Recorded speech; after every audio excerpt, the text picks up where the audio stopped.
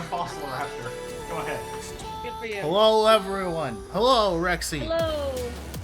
Do I have a howdy. special surprise inside on the stream at this very moment in that little corner over there? If you take a little look, right over there, there's a thing. Hang on.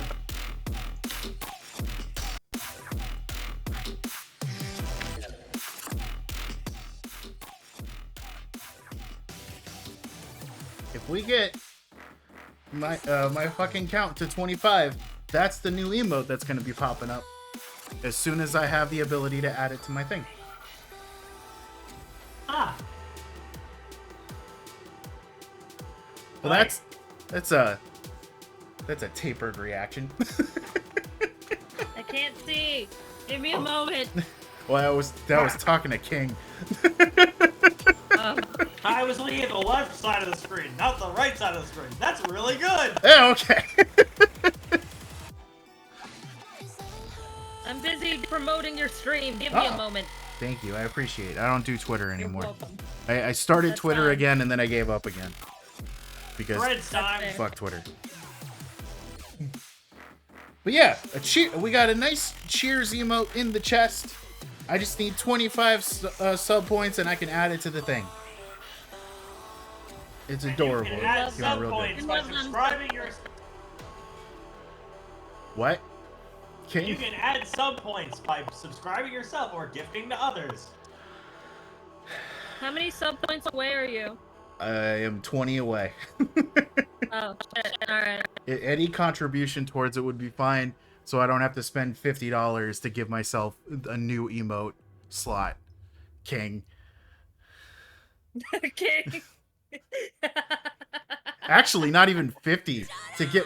Thank you, thank you for the gifted sub.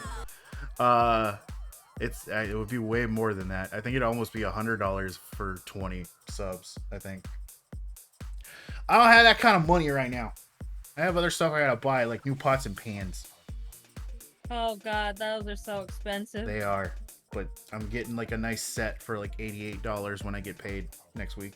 Oh, hun, do you want to hear something really nice about me? That you're gonna really appreciate when it comes to us doing that project, that plan we have for each other? No. Nuh-uh. Oh.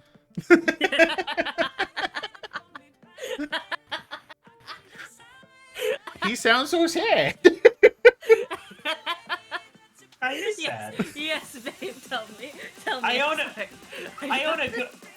I own a good quality Dutch oven. Oh, okay. Cool. That's neat. Which Oh, means I I'm can make sorry. fried chicken. Which means I can make fried chicken. Amazing. I'm sorry. I'm still Why really. are you looking running? for that. Why are you running? That was a good. So That was good though.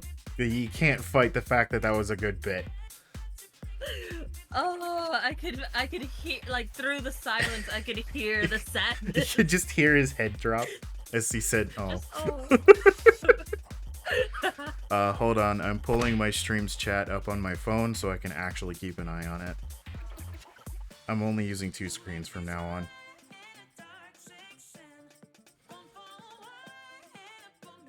Hold on, mute.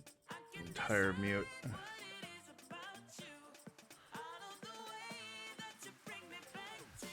Yay! Okay, so now I can actually see people trying to talk as we go through the beginning of the Marineford arc.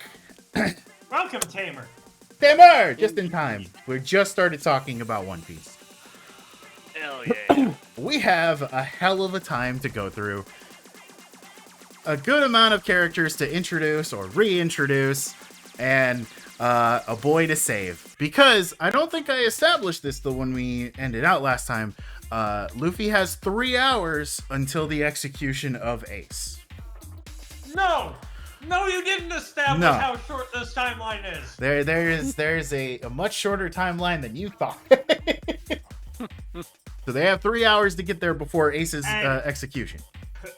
I'd be angry at you for not telling us sooner if it weren't for the fact that that's a really good way to put pressure on at the beginning of a stream. Well done. I was also Okay. rushing and I totally forgot. Ace will die in less time than it will take us to explain how Ace won't die. Mhm. But yes, currently, just as a quick recap, Luffy has escaped from Impel Down with a large group of people who are going to be helping him in this war.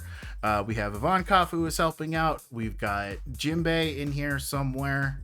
There's images in here somewhere of him, I'm sure. There he is, right there underneath the wood.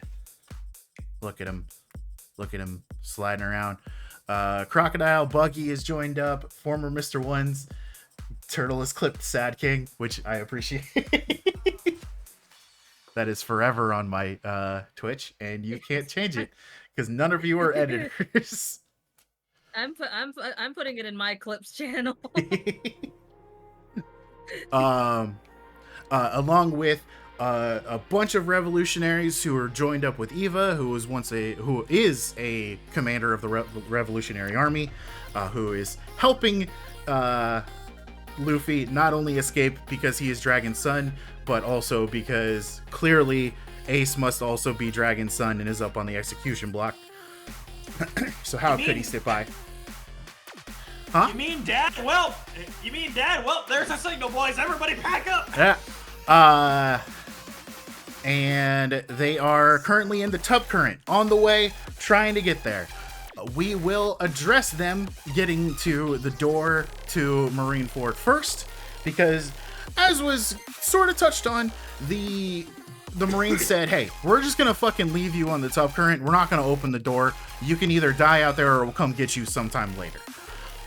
And while most on the ship are like going, all right, how the hell are we going to do this? Luffy is still willing to push forward and is not worrying about that shit. But as they get to the door, something odd does happen. And by odd, I mean the doors start to open and let them through. Before you continue, I just need to point out, at some point, in a couple of years' time, when I am having difficulty falling asleep at night, I will be just putting this playlist on. What? From start to finish. What this playlist? will be... Oh, this playlist. Yes. It's all there. It's all on YouTube. So, hey Adam in 2026 or the future. Hi. Did you just out your real name on stream? I've outed my first name on stream very many times. Oh, I just okay. don't share my last name. It's fine to call me by Adam. Oh, okay. Do not say my last name. Nah, King rolls off the tongue better. It What are you really talking does. about, Mr. Copperfield? Oh, Mr. Copperfield. Mr. Copperfield. Gas. For a moment, my brain went, it's not that, and I stopped. We immediately end stream and pull the rest. Almost got him to dox himself. But yes, anyway, so yes, the doors open. They're allowed through for some reason, though they can't begin to even pinpoint why that's the case. But there's no time to really question it. They still got to get to Ace as quickly as they can. Meanwhile, in Marineford, Ace has been brought out onto the execution platform to begin his to be ready to be executed within the time the actual allotted time frame. And well, as we get out there, we notice that this is Can Yeah. I ask for a really dumb bit? Can I ask for you to do a really dumb bit? Sure. Hold on.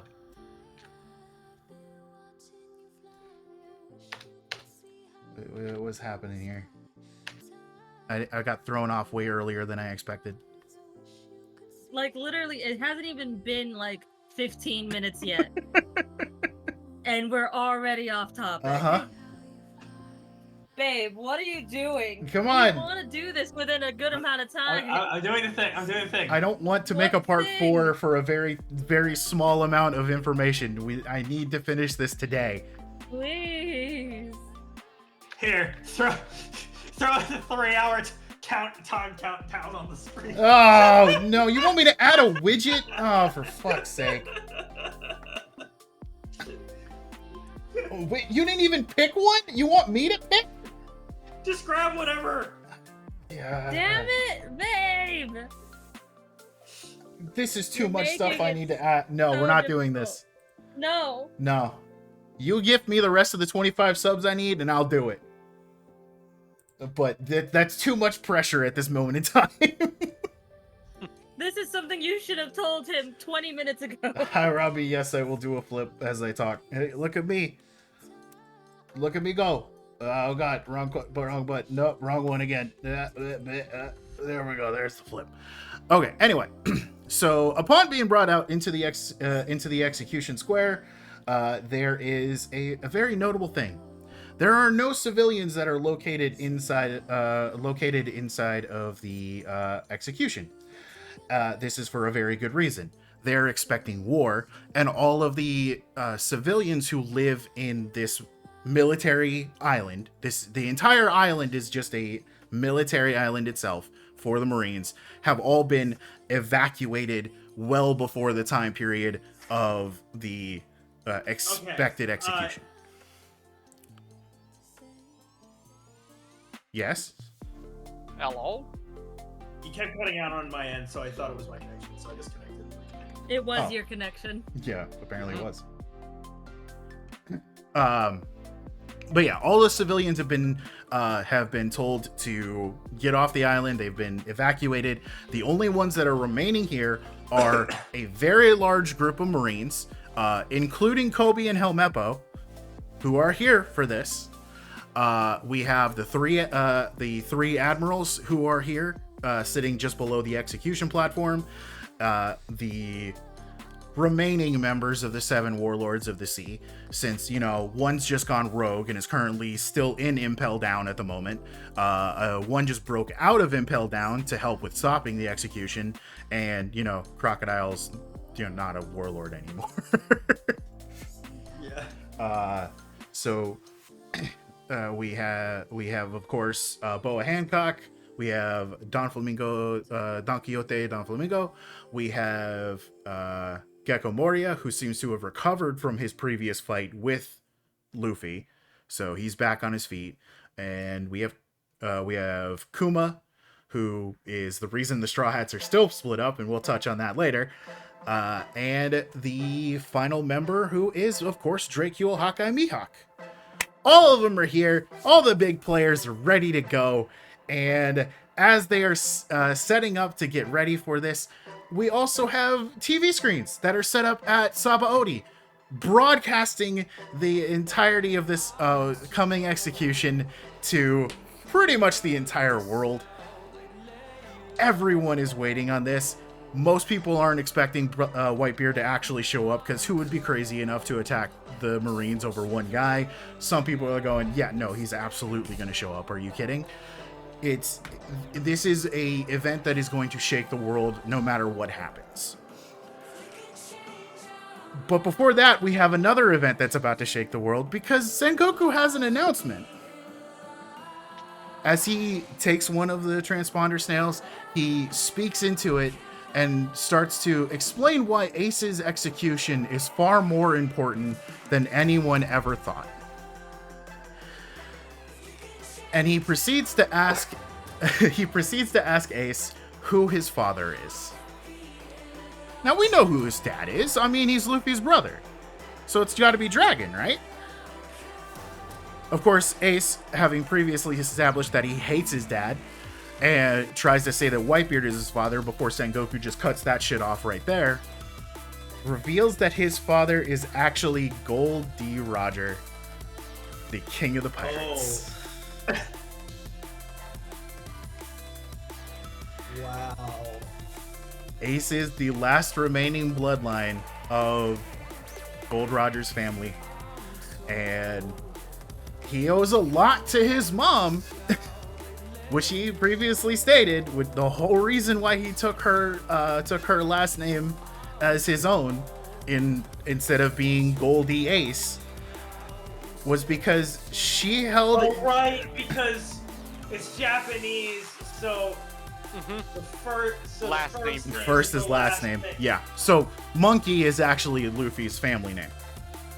Okay. Yeah. I thought I established that. Yeah, you might have, but like I didn't retain it. Fair enough. But yeah, Sengoku proceeds to reveal that not long after the execution of Gold Roger, they were, of course, getting reports that a particular town in I believe it was the South Blue, if I'm not mistaken, Tamer. Do you want me to go double check real quick? Yeah, you can if you want. But there was a town in the South Blue where Roger was spending a lot of the last of his days up until he turned himself in for execution because he was going to die anyway. And people were remarking that he didn't seem like a pirate, but more of a man in love. So they think that there is... He must have had a child with someone. He must have fallen in love with someone there. So they launch a campaign to find this would-be baby.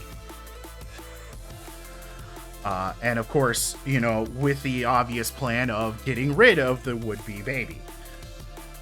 Because you don't want another pirate king out there. The whole reason why we execute him was to try to stop this crap. And we learn that his mother was able to hold him inside of her, not for 9 months. I think it was a year and a half. 21 months. 21 months. She was Fuck able. you. I know, it's insane. Nah. But fuck that. Fuck sheer you. I'm fucking the only woman willpower. here right now. Fuck you. She no, fully understand. This just in, Ace is part armadillo. Well, because the three-banded armadillo can delay birth for up to 4 years. damn. Wow. Fuck that. Fuck that. And always gives birth to quadruplets. You know what? Maybe she had an armadillo Consistency. fruit. Who knows? But it doesn't matter because she died not long after actually giving birth. The armadillo I fruit. would. Canon. You know what? That makes sense. If you hold a fucking baby and you Uh-huh. for that long, maybe you're gonna die after you give birth. She knew that The she was going to die armadillo afterwards. fruit, I'm fully on board with this. I'm sure it exists. Yes, Yeah, but no, I'm fully on board with it with Ace's mom. having eaten it wasn't. She didn't. I She was know. just insane. It's just funny. She was It's also just funny. she was also a member of the D clan though. Her name being Portcus D Rouge, which of course is where Ace got his last name from, or his family name from. Oh right, Porcus D Ace, not Yes. Gold D Ace. Okay, No. yeah, sorry. Like, He hated his father. He hated him for like every fiber of his being. Hated Gold Roger until the day he died. He does not like his dad, which is why he completely renounces him and calls Whitebeard his dad. is Whitebeard a D? No. Okay. But yeah, so we get that whole reveal. We also learned that the only member of the Marines that actually knew about Ace's existence was, of course, the man who he calls grandfather was Garp. Because one day in his while he was still being held in his cell, Roger basically just kind of, I wouldn't say browbeat, but basically said, "Hey, I want you to go and take care of my kid because I know you'll do it." And of course, you know, giving the reasoning that, you know, there's no reason that a son should be punished for the sins of his father. Let the kid live, essentially. And of course, Grandpa fully gets this, given his own son as the leader of the Revolutionary Army. Well, I don't think he was actually a revolutionary at that time period. Yeah, he was still in the development section of his what am I gonna do about the world part. But yeah, he of course, like we said, eventually agrees, and he goes knowing where to go. Upon Mom, See, say whatever the fuck you want about me, but at least I'm here. yes, no, I've never had a I'm letting complaint you about you. talk. You just move into this. You move into the chat when you need to bail, to bail for a bit. Exactly. I'm consistent. Also, guess what I'm doing right now? What's that?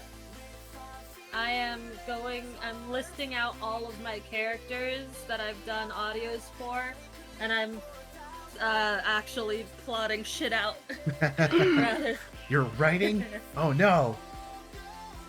like I'm not even writing. It's more like these are the characters I have. Who the fuck are they again? They're like I'm like doing little summaries to make sure I can remember like what I've already established for certain characters. Who the hell is this and what have I done with them already? Oh yeah. Yeah, because I've snuck in a few names for them, but I've already forgotten the names I've snuck in, so I have to go back and re-listen to some of my audios to be like, what did I call this person? I need to write it down and have a general vibe for their existence. Alright, I'm back. Welcome back. Welcome back. But yeah, it's a huge deal. The very fact that Gold Roger's son and Bloodline still exists sends shocks throughout the world. The news reporters who are hanging out at Sabaody watching the event immediately run off to get that published as quickly as they can. It's a whole thing. At the moment, it seems like things are still going smoothly. There's no real problem going on, but they're still on edge, as they should be, because one of the lookouts starts to notice a very sort of strange fog has moved in just off of the island, heading towards the bay. And upon viewing it closer, they start to see ships. Not marine ships. Pirate ships. The 4 ships in the image, are those are marine ships? Those are marine right? ships. Correct. Okay. I forgot that even the Marines use tall ships in this setting. Well, yeah, of course.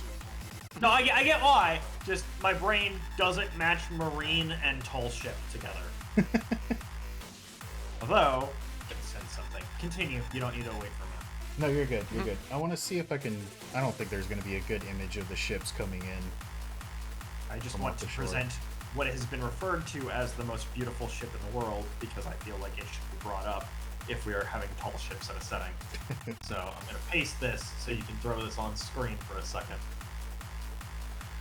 But yeah, a bunch of pirate ships have been spotted coming out of the fog towards the bay, and one of the Marines notes all of them are not only New World pirates, they are all pirates that have allied themselves with Whitebeard. The only thing is... Actually... Go ahead. Oh wait, never mind.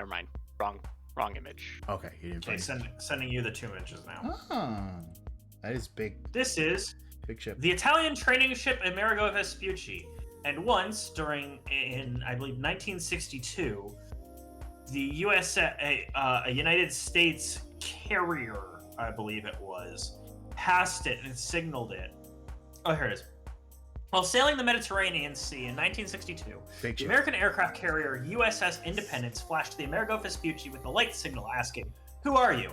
The full-rigged ship answered, "Training ship Amerigo Vespucci, Italian Navy." The Independence replied, "You are the most beautiful ship in the world." In 2022, the Amerigo Vespucci sailed by the American aircraft carrier USS George H.W. Bush, which saluted the ship and commented, "You are still, after 60 years, the most beautiful ship in the world." Very nice. And now all I want is for Azure Lane to do a thing where the Amerigo Vespucci and an American aircraft carrier have get buddy with each other in a scene. That's it. That's all I want. When you flirt with a ship. You flirt with the ship. I mean, By the way, of my. I did find an image of the fleet. Got an image? Yeah, I sent it. Timmer's always got my back. I'm posting something in your DMs, hun, because I do have a ship as one of my waifus. Oh no, you play that game? Did for a while. I used to. And Anyway, yeah. Just those- so there's the Tamer ships. knows my good taste, I'm pasting it to him as well. But yeah, they're the ships that have been spotted coming in, heading towards the bay. Many pirates. I am not introducing every single fucking one of them. I will only introduce them as they become important. Can you tell me the one that has the red flag with the purple backing? I like that flag. The Red Skull? Yes. That's the pirate ship of Oars Jr. Okay. I'll let you see if you remember if that's relevant or not. I have no recollection. Okay, cool. Then this will be a surprise. Anyway, speaking of surprises, the Whitebeard's ship isn't there for some reason. But there's something happening in the middle of the bayhead. There's some weird bubbles that are starting to come up in the middle of the bayhead. Well, There's some bubbles. We got well. what could be going on with this little image right here? Is it the bunny? Is it the buddy? Is it I Laboon? forget. Is it Lavoon? I was trying to remember his name, and all that could come to my brain was Balloon. That's all that came to my brain. I didn't even come up with a name. I was just like, well, buddy. There's gotta be an buddy, image. please? Tamer, please, Is it there has to be an image. Okay. I'm Okay, trying, I'm hold up. trying. Oh my god, if it's the whale, does he get Just to one see moment. the tube? No, he doesn't get to see Brooke. Brooke's not here. Remember, Brooke's off on an island somewhere. Yeah. You're right. Brooke How is dare long he. gone. How dare they? Just one Does this become a second. running gag where every time Brooke's not present, Laboon shows up and vice versa? 'Cause I'm pretty angry if this happens repeatedly. It's not Right, Laboon. hold up. Okay. It's also why are the cool moments just never the ones that are actually the ones saved on for like fucking Oh, screenshots? wait, found it. Found You it. got it. Thank God. I've got them after the That's fine. bubbles are done. That's fine. Okay. I'll take anything at this point. Out of the water breaches not one, not two, not even three, but 4 massive ships that had been coated In sea stuff, in whatever the fuck in the thing is. yes, in the bubbles that are used to travel to To the Shipman Island. Yes. Fishman Island. Yes. Why did I say Shipman I Island? don't That's know. stupid. Shipman Island. Shipman. But yes. And these ships are very particular because they do look like whales, so you weren't far off. But this is the Moby Dick and 3 of the sister ships of the Whitebeard pirates that have broken into Marineford by sneaking in from underneath. I want to say how much I love that Moby Dick is white and then her 3 sister ships. I mean, I can see 2 of them clearly, but I'm presuming the third. All 3 are- look the same. Yeah. Okay, are black ships. I just really like that as a touch. It's very good. There's a silent moment after the initial freak out of the fact that, oh my god, they just came out of the fucking ocean. What the hell? Why didn't we plan for this?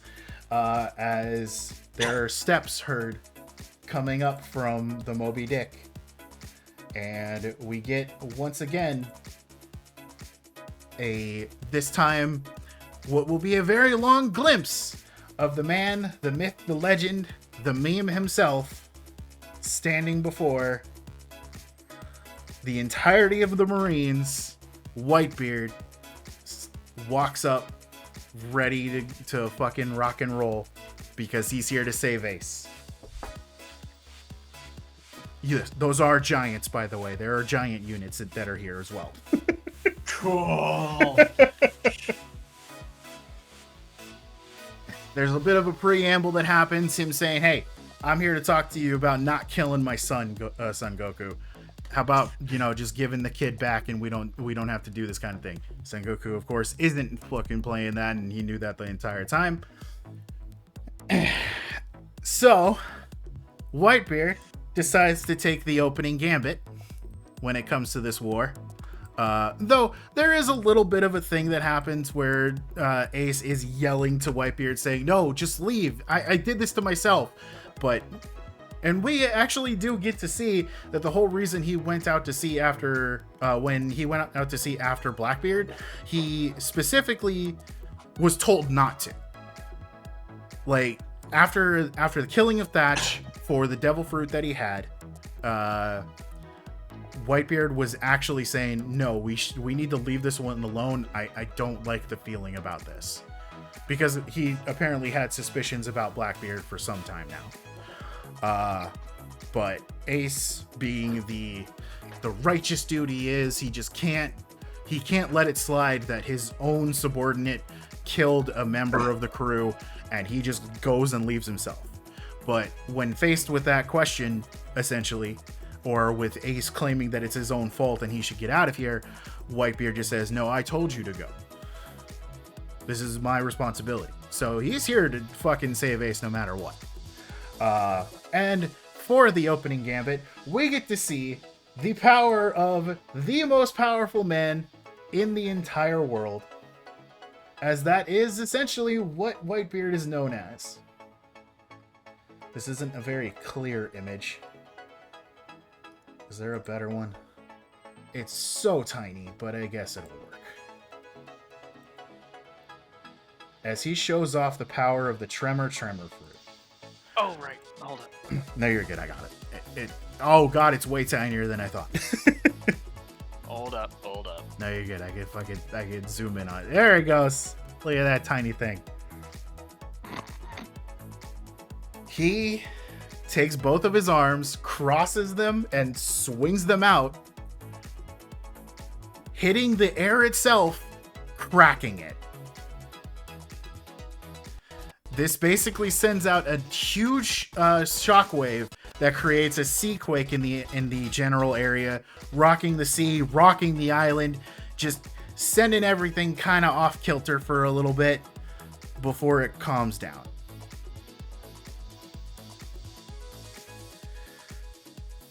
So, Is that one from... Oh, wait. That might be later on.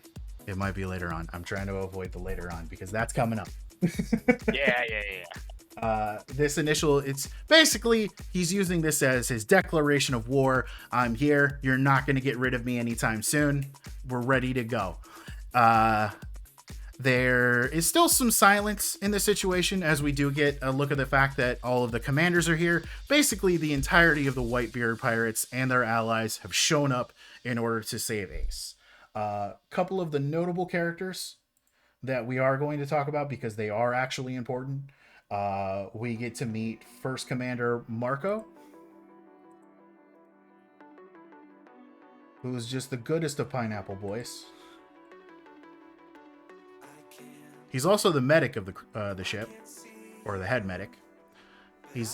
Behind him is Jozu, also important. Let's see.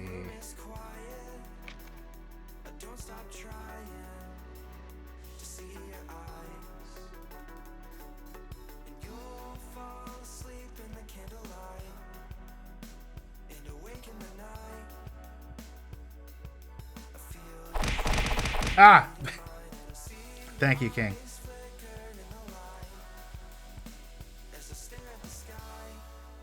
But yeah, we got Jozu, and the last of the commanders that we're going to touch on is Vesta.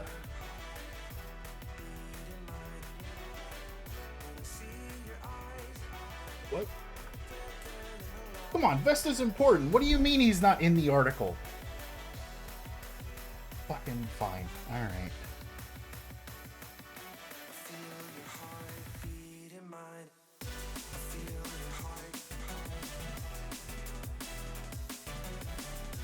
Alright, apparently the wiki doesn't like Vesta. I don't know why. He's cool. A swordsman. I like Vesta's design. Yeah, Vesta's design is looks fun. good. It's not quite a basket hilt, but you know what? It does have a front guard, so I'll take it. But yeah, these are the three important commanders. All the others have names, but they don't really do anything. I'm not worried about naming them all off. But there's 12 of them. Not counting Ace, who's, currently up on the execution platform. He's the second division commander. 13. No, there are 12 division commanders, including Ace. Okay. Yeah, I'm not counting him as down there. I meant I'm not counting him as down there. Okay. Back out at sea with the Straw Hat and his merry band of escapees, something weird's starting to happen. The ship's going backwards. It's almost like there's been some kind of sea quake or something. There's some kind of sea quake, and for some reason the ship is going backwards. And then back at Marineford, a couple of the Marines that are just that are hanging out in the bay waiting for the command to attack, because it's how military works. They note that the ocean sea level is starting to go down. So, for anyone out there, when you see the sea level start to go down, you run inland you get inland as fast as possible. Yeah. Just so everybody knows what to do if this happens in the real life. Now please tell us about the incoming tsunami. You fucking nailed it on the head. That little harmless sea quake that he sent out was not just a little showing of power. It's the real, actual, I'm about to fucking set this shit crazy, as a tsunami comes roaring into Marineford. And there's really nowhere to go for this one, as it will engulf the entire island. Oh yeah, no. Yeah. Now, fortunately for the Marines, they've got some pretty powerful allies of their own. As Aokiji, I hope you remember him. He's important. I remember the name. You remember the name. I remember what he looks like. Aokiji himself jumps out. Wait, was Aokiji the guy that they met that froze the stuff? That would be correct. That would be him. Yeah, I got it. I know you might have wanted to wait until you got the picture, but it's rare for a king to actually remember this stuff. I gotta reward it. I'm impressed. I'm proud of him. It's not the best showing of it, but I guess it works. Here's the manga panel of him leaving his spot, jumping out, and freezing not only the tidal waves coming in, but the entirety of the bay as well. So now all of the Whitebeard ships are stuck where they are. They're not moving again for pretty much the rest of the arc, as the entire bayhead has been frozen thick with ice. The pirates aren't really put off by that, because now they've got a place to stand, and they start jumping off of the ship, getting ready to charge in, and the war begins proper. The big names aren't moving too much yet. Aokiji attempted an attack on Whitebeard, but quickly got himself shattered for it, because look, the guy is able to literally send a shockwave into the air by he found a way to use his powers to crack the air itself. Like, I don't know if that image really sunk in on what you saw, but Whitebeard's power is insane. He literally, the Tremor Fruit, which I think you can figure out what it is, allows him to create and control strong vibrations. Is literally a power that in the wrong hands could probably destroy the entire world. Just, a walking earthquake is what this guy is. He is an earthquake man. But yeah, so the war begins proper. Currently, Whitebeard is staying where he is. The ally pirates are trying to work their way in to get into the bay to be able to help out with getting to Ace. And we have a couple of matchups that happen. Another of the admirals leaves his position, heading in to try to take on Whitebeard himself. That being the man, the myth, the annoyance of Kizaru.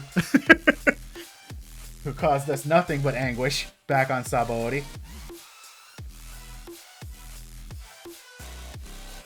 Let me see if I can get an image of that as he comes in, ready to attack Whitebeard, and a good amount of his crew, let's not lie, using the power of his glint fruit to fire multiple beams of light.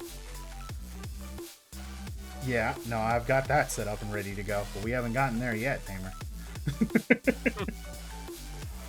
Essentially, he uses his power to try to blast Whitebeard and try to get this over with as quickly as possible, kind of situation, only for it to be blocked as a figure flies in the path and starts taking the hits. A bird-like figure, one might say.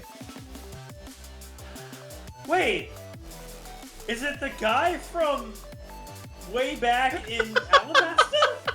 You remember some good stuff, but no. There's more versions of the bird fruit than just the one. Okay, but like, there was a shot. There was a shot. But as it turns out, no, it is Marco who has flown in and taken the hits head on, and we get to hear his epithet known as Marco the Phoenix. And it is apt because he has one of the rarest types of devil fruits, even more rare than Logia's, and in some cases even more powerful, of the bird The fruit. mythology type paramecium? Mythical Zoan type. Oh, sorry, Zoan. Yeah. Right. Mythical model Phoenix. Okay. He is, in fact, a literal phoenix. Mother of God, that's sick. It's a good design. And that comes with... I'm gonna say, That's right really now, fucking pretty. that doesn't look like One Piece. That looks like a completely different anime. And it comes with all the benefits of being a phoenix. He has super regeneration. You can't kill him just by stabbing or shooting him. Like, he'll take the damage, but he can heal it right back up. Some other abilities that he does have, though this gets touched on much later in the series, his flames are actually healing. He can use them to heal others, which is why he's the main doctor of the crew, that type of thing. But yeah, he goes in, takes those hits head on, shakes them off. They have a little bit of a banter, and then Marco kicks Kizaru back down to the ground after that exchange, leading into another exchange as the world's greatest swordsman decides to step up and take his shot at Whitebeard himself.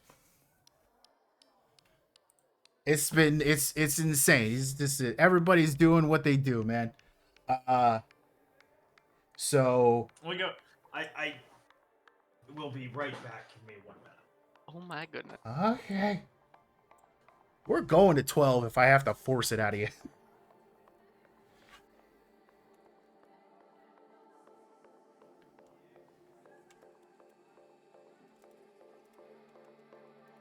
This is cool. It's a hell of an arc. Oh yeah. This is when we get to see all the big boys come out and play. All the big names that we have been hearing for a long, long time are out, finally ready. Okay, I got a good couple of images I can use.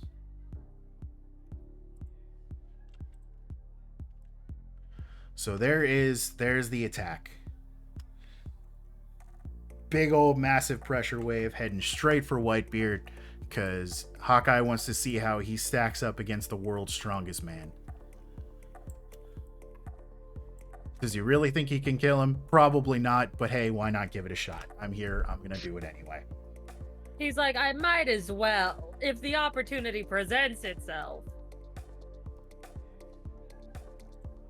Mm-hmm. I mean, how many times do you really? You get the chance. Like, Whitebeard's old, but he's still pretty fucking powerful. Oh yeah, something I didn't really preface in. He's got a lot of scars on his body. I didn't give a front-facing look of Whitebeard, did I? No, you didn't. We've seen his back, and a very impressive back it is. It is. Look at that mark. Look at that big old jacket. Big. That was you saying. Welcome, Beak.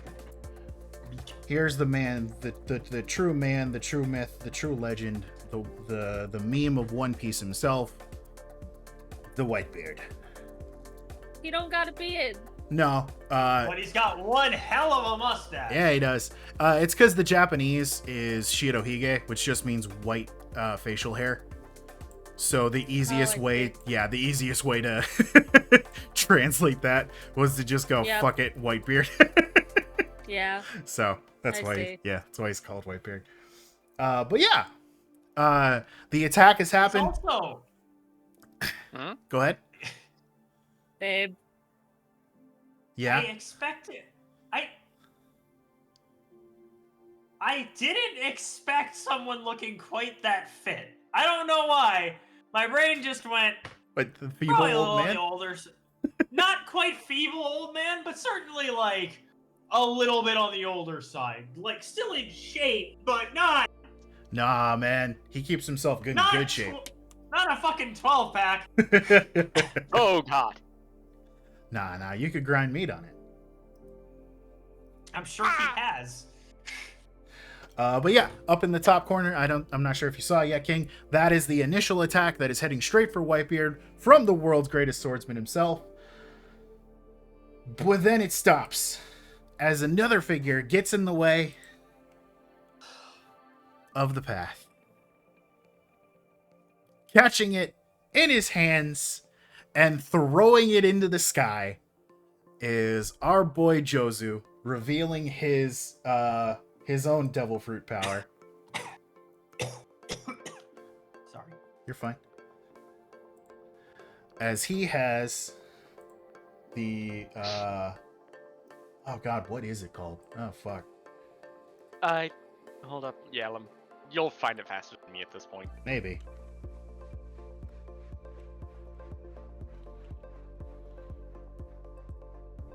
I always forget what his thing is called. It's called the Twinkle Twinkle fruit. That's right.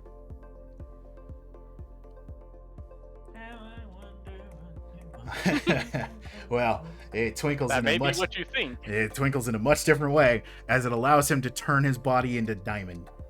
Oh! It is a paramecia type specifically. It is not a Logia. But yeah.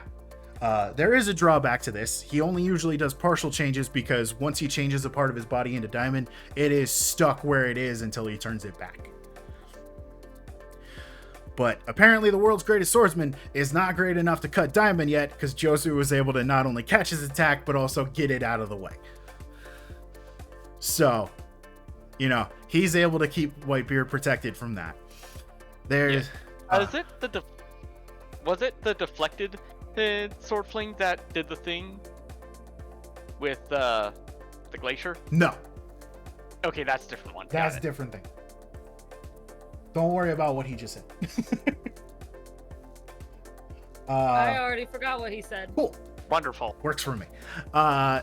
So not long after this, Jozu decides that, he's fed up with them attacking us. It's time for us to attack them and also let's just take out the execution platform. Let's just get rid of it entirely. It's not a big deal. So he goes, shoves his hands into the ice, cracking out a near perfect circle of ice, big old chunk that leaves just the water underneath, and throws it at the execution platform. Cool.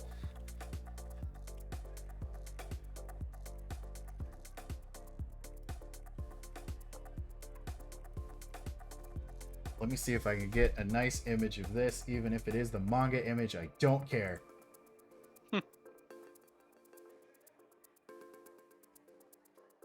Well, it's a colorized version of at least the big ass chunk that gets tossed. That works enough. Bam! He throws that big ass thing, and we get a really annoyed Akainu who stands up saying, "What the fuck? If all of us had left our post, who would be here to do the job of protecting the damn thing?" And his fucking arm bursts into a flow of magma. Okay. He lifts it up and launches a massive fist of magma at the ice, basically just vaporizing it not long after contact, because lava be hot, yo. A lot of shows don't really show it very well, but standing near lava is not a good time. But not only that, after it destroys it, he also breaks it apart in a fucking little eruption that just throws lava down onto the battlefield below, which of course everybody is freaking out at. He has the Magu Magu no Mi. He is a magma man. He is a Logia type, a dude literally made of magma. And if he had been the protagonist of this series, the one to become Pirate King, Oda has come out and said that he would have completed his dream in a year. That's how powerful he is. Damn. Yeah. The magma fruit is listed as one of the most as possibly the most destructive devil fruit in the world. It is a high power devil fruit. It's really only good for power because you can't really use magma to help people that much. But you can definitely use it to kill people. So yeah, the actual execution platform is still standing. Everything seems to be continuing to at an okay pace. The members of the actual alliance are still on the outskirts trying to get their way in. They're being held off by the vice admirals at the moment, basically, who have all been stationed at the bayhead to prevent the... Go ahead. And also the ice. And the ice. Well, hey, the ice isn't that bad of a deal. They just, can't bring their ships in further. Yeah, one of the commanders actually has an icebreaker ship. Or rather, one of the allies has an icebreaker ship. And she actually used to be a member of the crew that we find out much later. She actually used to be a Whitebeard pirate, but she left to go do her own thing, which is really cool. But yeah, so at the moment, things are kind of at a stalemate. Sengoku's really annoyed because this shit should have been going off should have been over with by now. But it's not going quite to his hoped plan. There is some back on the well, no, we're not going back there yet, because there is a little bit of a thing that happens as everybody is running around trying to find out what the hell is going on, what they should be doing. They start to hear a scream, a group of screams coming from the sky, and looking up, there's a Navy ship falling down towards the battlefield. The Navy ship that is falling down towards the battlefield happens to also be surrounded of the falling of Monkey D. Luffy and the many allies he has pulled from Impel Down. And thankfully, for, well, everybody except for Devil Fruit users, the area they're falling towards just happens to be the hull that Jozu made.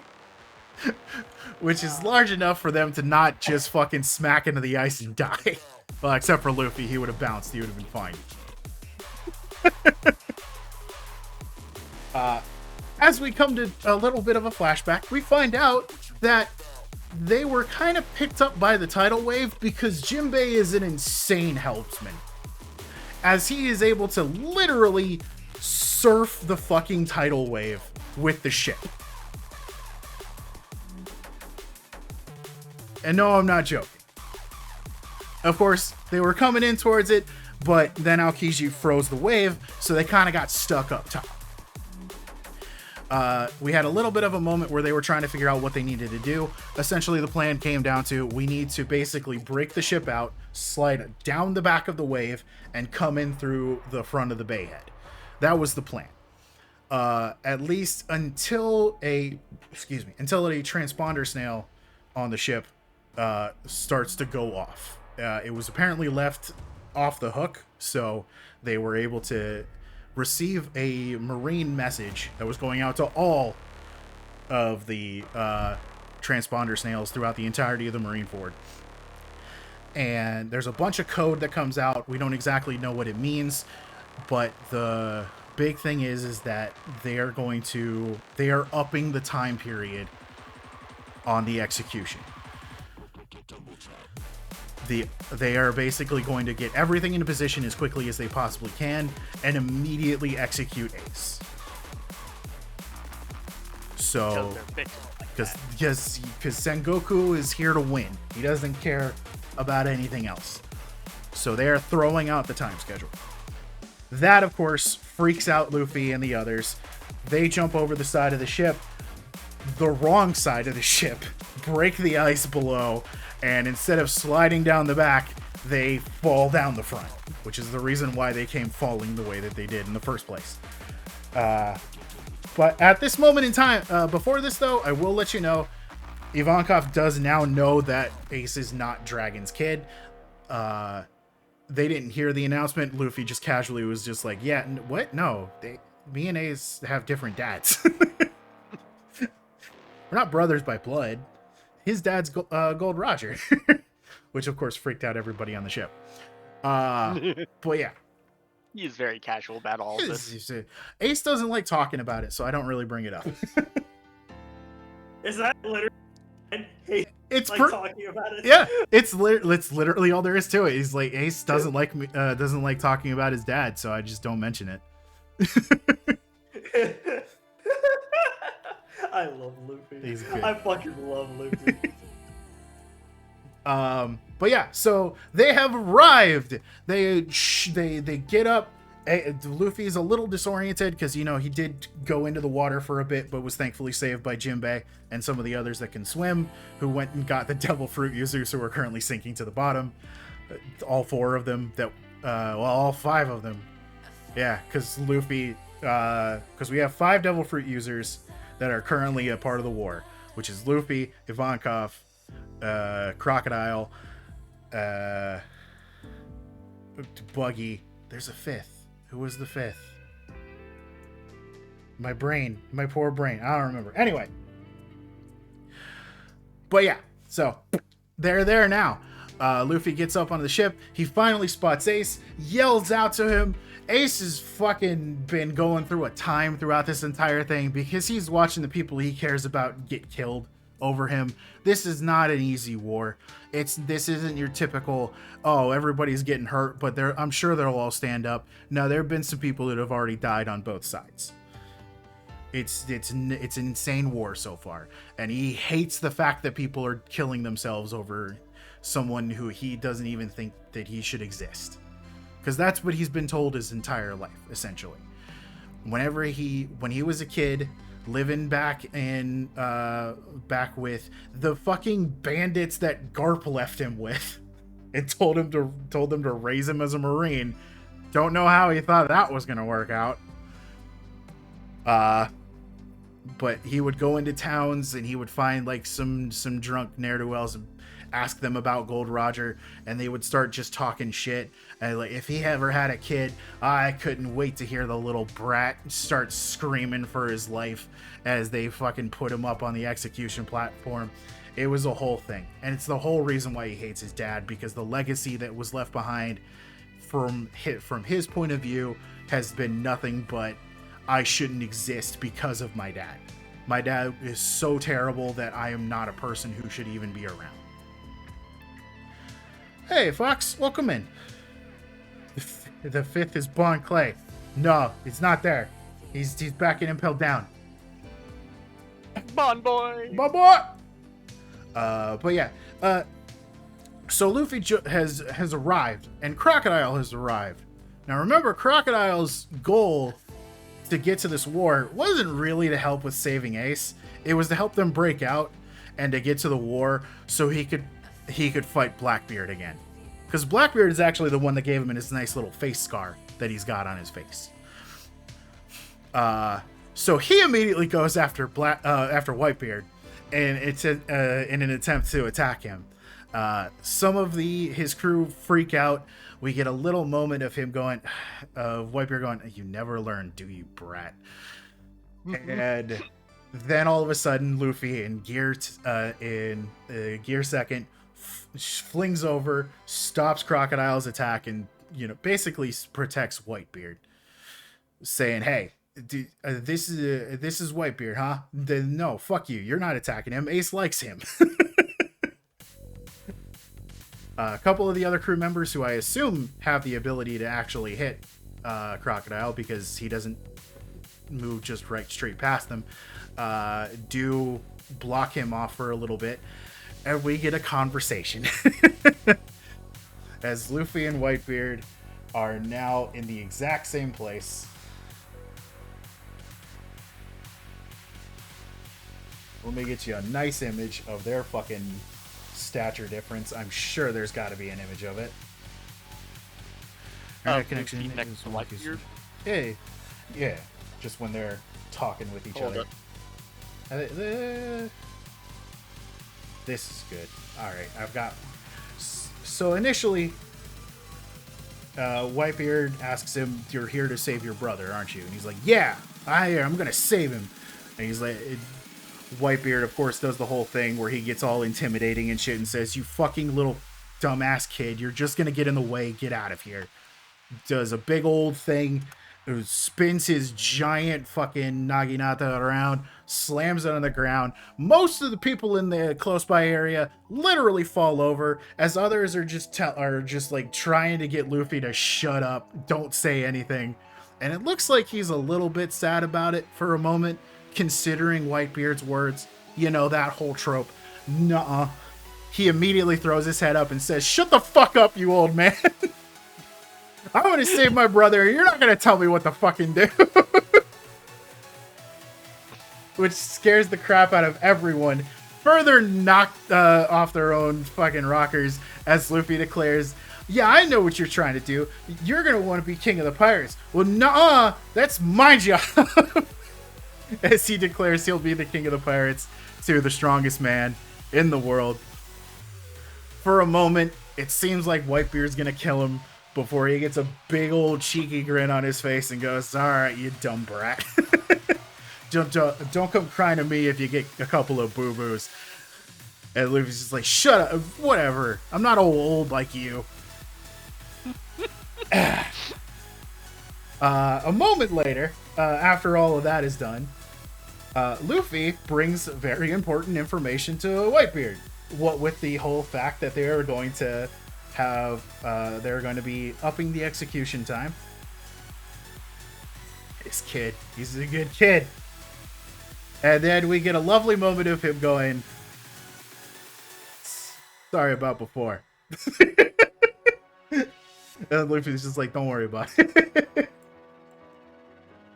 So essentially, Whitebeard has already accepted Luffy, like immediately, which, as usual, throws everyone around him. And they're just casual, talking like they're old friends. It's fucking insane.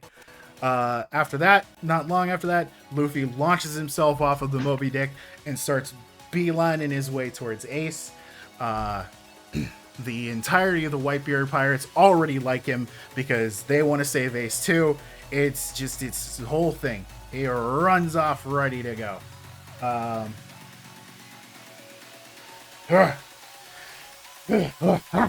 Sorry. Throat. You're my son now. Shut up! I'm not your kid, old man. Like, Whitebeard basically can tell that, unlike his brother, Luffy never would have decided to follow him if he tried to offer that up.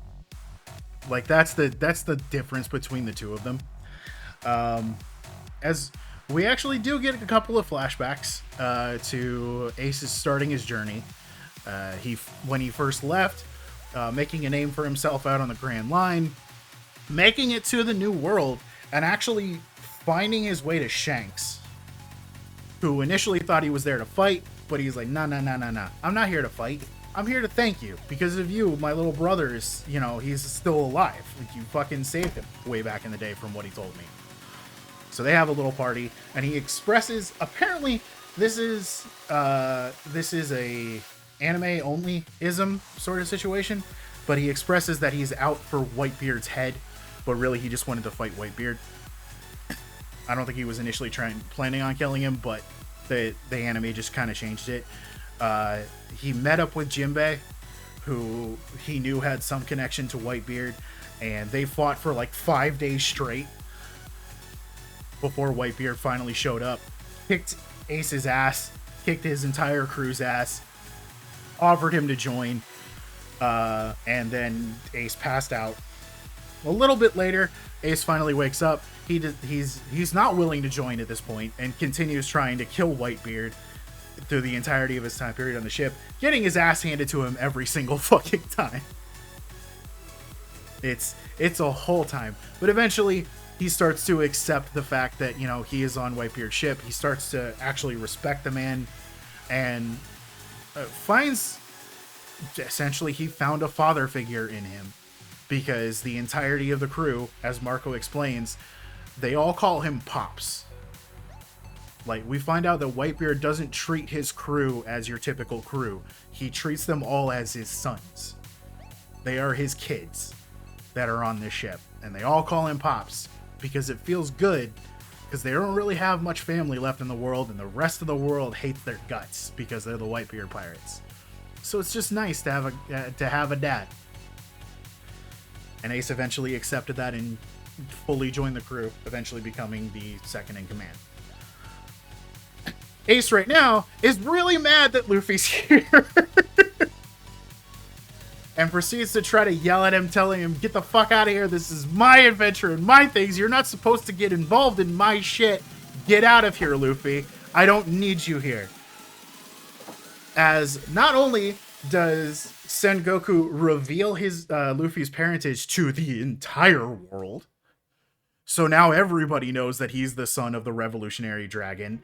Akainu is standing up on like a little fucking place where he takes note of this and goes, so we're gonna need to kill him too. Essentially trying to end two bloodlines. Not that it really changes much, because Dragon would still be out there even if Luffy was dead, so I don't know what that really accomplishes, but you know, whatever. One of the giant units proceeds to try to attack, but he is able to stop. The order of events was lost to me. I forgot about Oris Jr. Oris Jr. Ah, fuck. Apparently he wasn't relevant. Okay. No, he's very relevant, actually. I just forgot the order of events.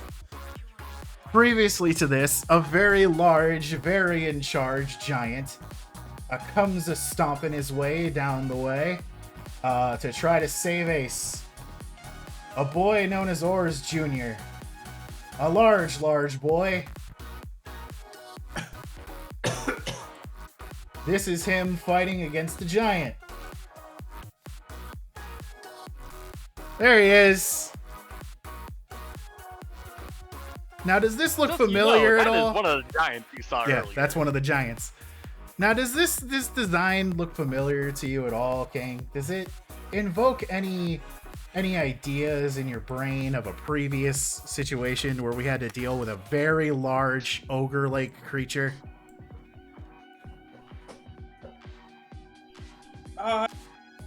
The fucking Shadow Stealer. Correct. Yes. Gecko Moria's ultimate zombie. This Oars. is a descendant of Oars. One of the few remaining ancient giants that are still around. And he is an ally of the Whitebeard pirates. And he's fucking big. Like, a regular giant essentially comes up to his belly button. That is a regular giant in his hands right there. Yeah, huh? Ah! That's not just a person. I was gonna say, fighting a giant. I'm like, okay, so I guess the big boy is the tiny dude and the giant is the giant. No! Okay! Hey, cool.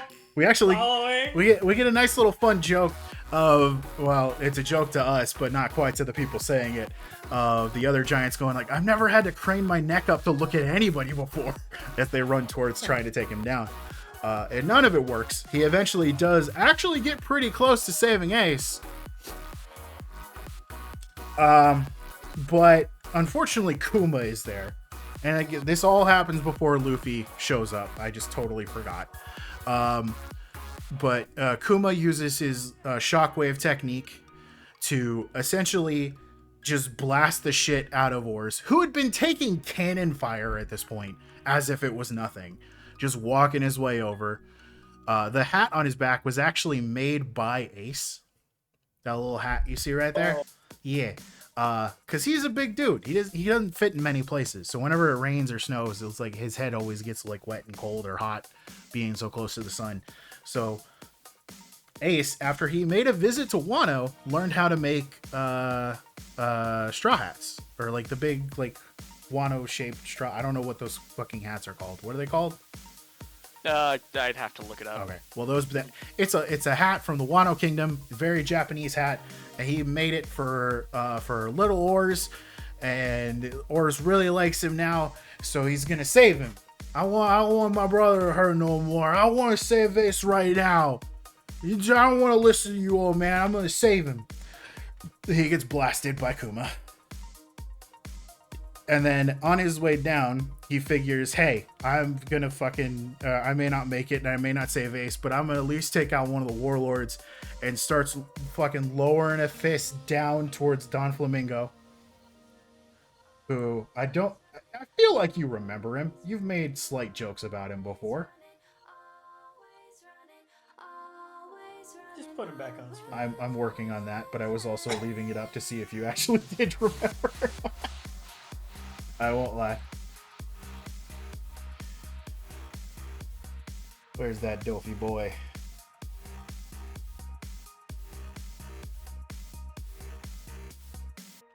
There he is. Big pink boa jacket dude. So yeah, he's aiming at him. And it seems like, what the hell is this tiny little guy gonna do against a big old fist? Well, he easily jumps out of the way, and Oris feels like a weird twinge on his foot before it comes popping off. So Don Flamingo cut off his leg, or cut off like the spot. He cut off like right about there. That he no longer have that foot. Gecko Moria gets pissed because he already called the corpse, and you don't cut the foot off of a corpse that somebody's already called, and uses his shadow to pierce right through the throat, essentially, with a spiky shadow lizard, which is a little lizard that pops out on the other side. But yeah, and then Ors is down. So that's a big thing that happened, and who knows, he might still be important. We'll find out. Back to where I was before I totally forgot what this important information. Luffy is currently being hounded by one of the giants because they need to take down Dragon's son as quickly as they possibly can, and he proceeds to one punch him with a giant pistol, and yelling to Ace that you can say whatever fucking mean shit you want. I don't care. I'm gonna save you no matter what.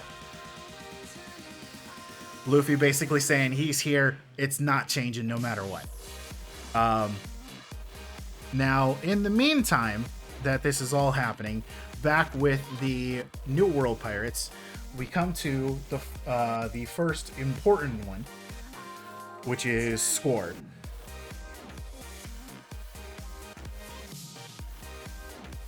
Squard. Squard is he claims himself to be something of a genius, and he is trying to think of a way of sneaking into the Bay Head while everybody else is fighting, so he can get to Ace as quickly as he possibly can, and help take care of things with the whole situation.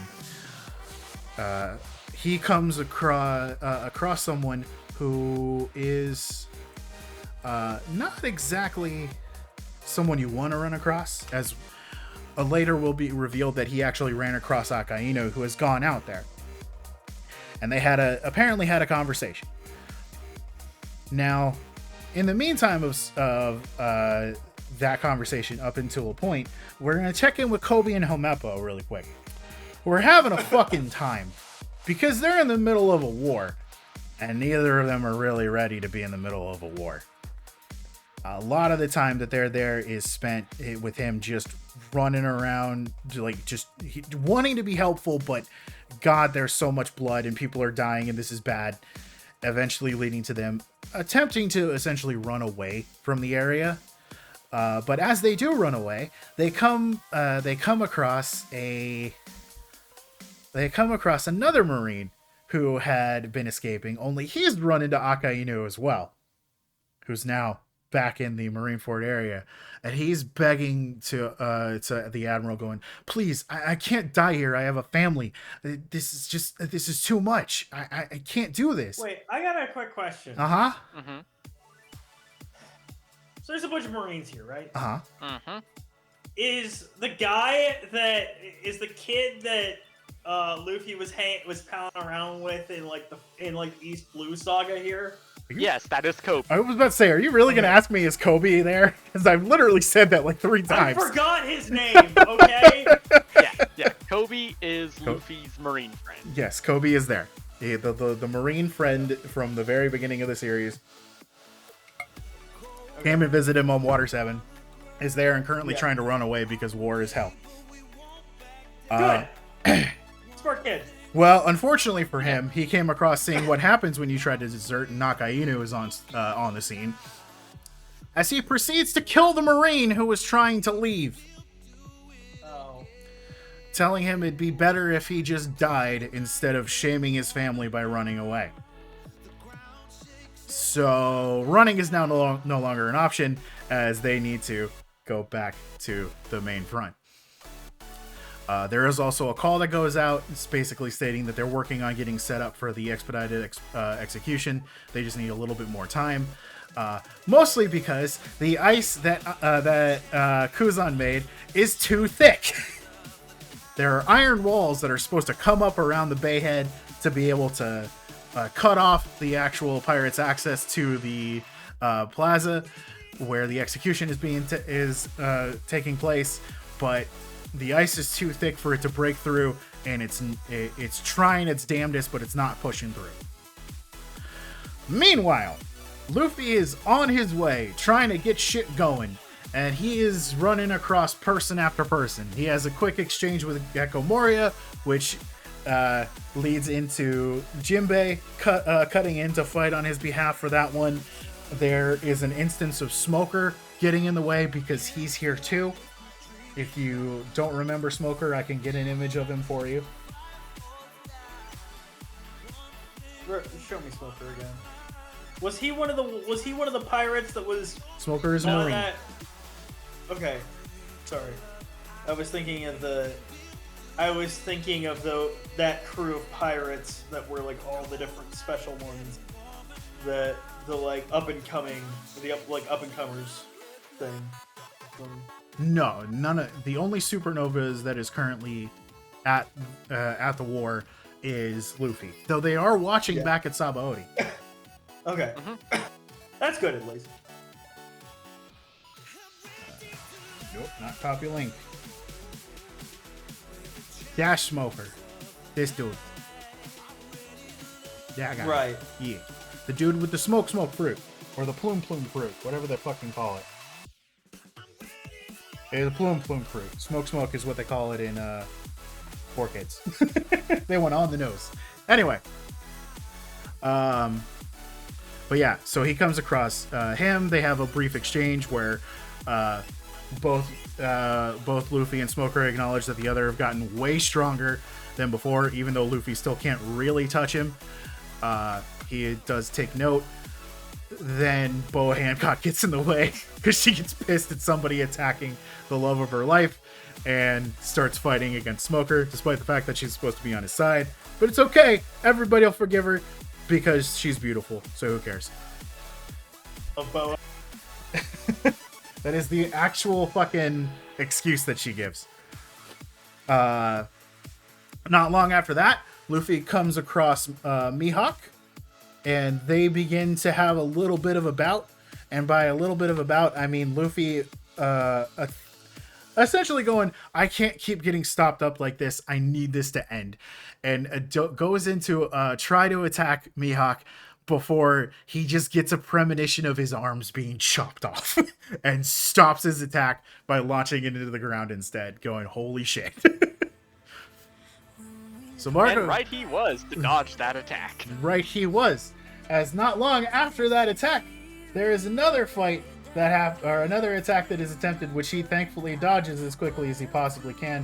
Where is the image? I had it going. I had the thing. What happened to it? Where'd it go? I was all prepped.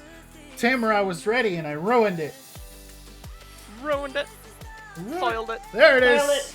Dial it. Dial it. Gotta be Nailed it. bigger. That'll work. As he dodges an attack from Mihawk, which cuts off the entirety of a glacier way far away from him. Now, this joke, me and Tamer came to find out much later on because we were watching this and we were just like, I need to see what this was like in the Japanese. It's just a straight up dubism. As one of the Marines, after seeing that happen, starts yelling out, okay, can we not call that thing a sword anymore? There's no way that that's a sword. Because you can tell the distance between where he slashed and where that slash happened.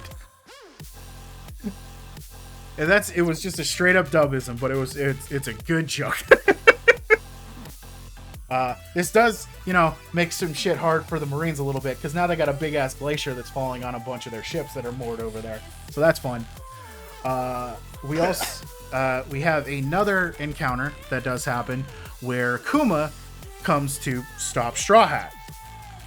Ivankov, knowing Kuma, comes in to try to tell him, back off, it's fine. But Kuma isn't listening. He's just attacking.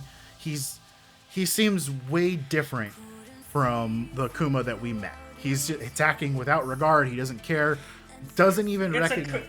Go ahead. It's not actually Kuma. It's a Kuma bot. No! But you're also not wrong. It is Kuma. But we've come to find you can out. always identify the real Kuma because he has a Bible in. Well, he's always got a Bible in his hand, and he's actually got his devil fruit power. Because the pom-pom fruit... He does have the pawpaw. The pawpaw fruit is still there. But that's being said, the Kuma that Ivankov knew, the Kuma that Luffy met and sent his crew flying, is gone.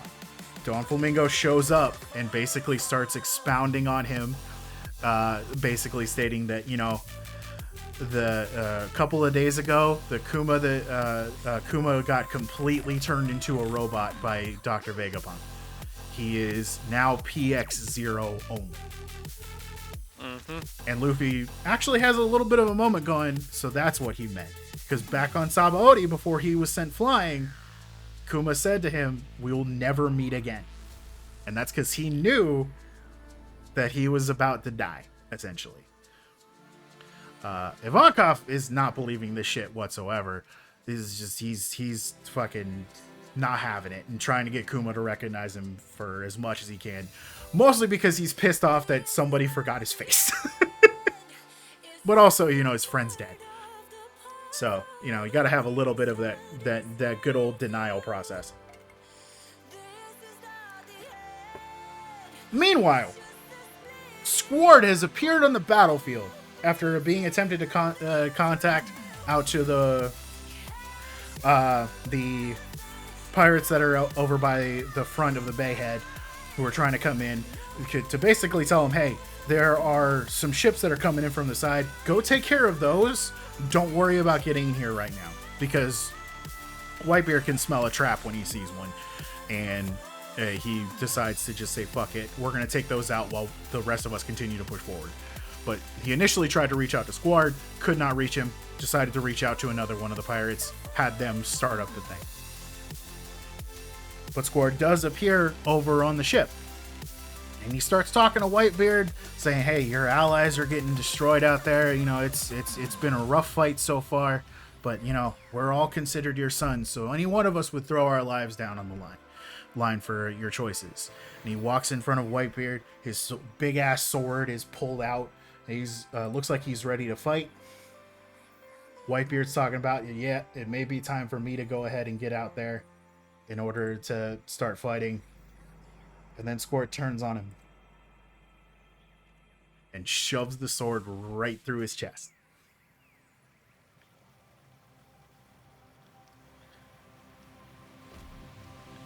One of his allies is turned on him. Now, you would think that would piss off Whitebeard, And of course, Squard is yelling. He's saying, I know that I'm going to fucking die for what I've just done, but it's not as bad as what you've done. Because Aka Inu told me the whole dirty deal that you've got going with the Marines. You're going to leave it so that we're the ones who die. And you and your fucking ally, you and your crew and Ace will get out of here, no problem. He actually believes that the Marines are willing to let Gold Roger's son go for the heads of all of the Whitebeard's allies. Now, we don't know Whitebeard for very long. We've made him a couple of times in like little side pieces where he's been talking with Shanks and all that kind of shit. But in the time that we have known him, you can smell the bullshit coming off of what Akainu told this guy. Now, that doesn't stop the others from starting to think that there might be some truisms, because in the time period that this happens, pacifistas do show up at the Bayhead and start basically targeting only the New World pirate allies, and that's it. So it does make it look like Whitebeard really betrayed them to the Navy, because they can't get back to their ships, they can't get back out to sea, and the only other ships that they could take are the Marine ships that are trapped by the icebergs that are surrounding the entire island. These are the images that the world is seeing as well, which is making a lot of people question, would he really betray his allies like that? They don't get an answer, because suddenly the feed for all of the snails is being cut off one by one. As now, some people think that this is an issue. We get a quick note up with the Supernovas, who their crew members are going like, well, this shit would happen. We came all the way back here for this. And one of the captains is just like, you really think that that's what's going on? Come on. You know that they're cutting the feed because they don't want the world to see what they're about to fucking do. And all of them do get cut. Except for one. Unfortunately, it's not very useful because currently Buggy's followers are using it to record him and try to get his name out there into the world to show that he's going to be the next king of the pirates. It's a whole fun little bit. It is a little overplayed. It is a little overplayed. But yeah. Actually, in fact, I think that is actually how the world saw that he got stabbed by one of his allies. So no, that is way more important than I was making it out to be.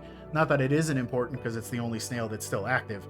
And Sengoku is fucking pissed, because not only are the walls not up, the feed's not cut. So that's a whole thing that's happening. But yeah, eventually, that is cut for a moment as Aokiji finds the group where they're at, freezes them all solid, which of course also knocks out the transponder snail. And I have to go now. You're all good. Have a good time. Robbie, if you want to join, jump in. I could always use some help.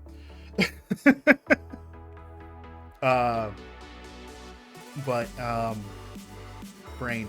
Oh god, I lost focus. Yeah, okay. So, Squard is, of course, telling him, yeah, I understand that you're going to get pissed at me, and I'm going to face repercussions for this. Marco even came in and fucking tried to knock him to the ground. And he's just saying, you never even told me that this brat was Roger's son. I hated Roger. He's the whole reason that my entire fucking crew is dead. It's a whole fucking thing. And it seems like Whitebeard is going to take reparations, because he has pulled the blade out, so it's not just a little bleeding spot on him at the moment. It's just a little thing. But yeah,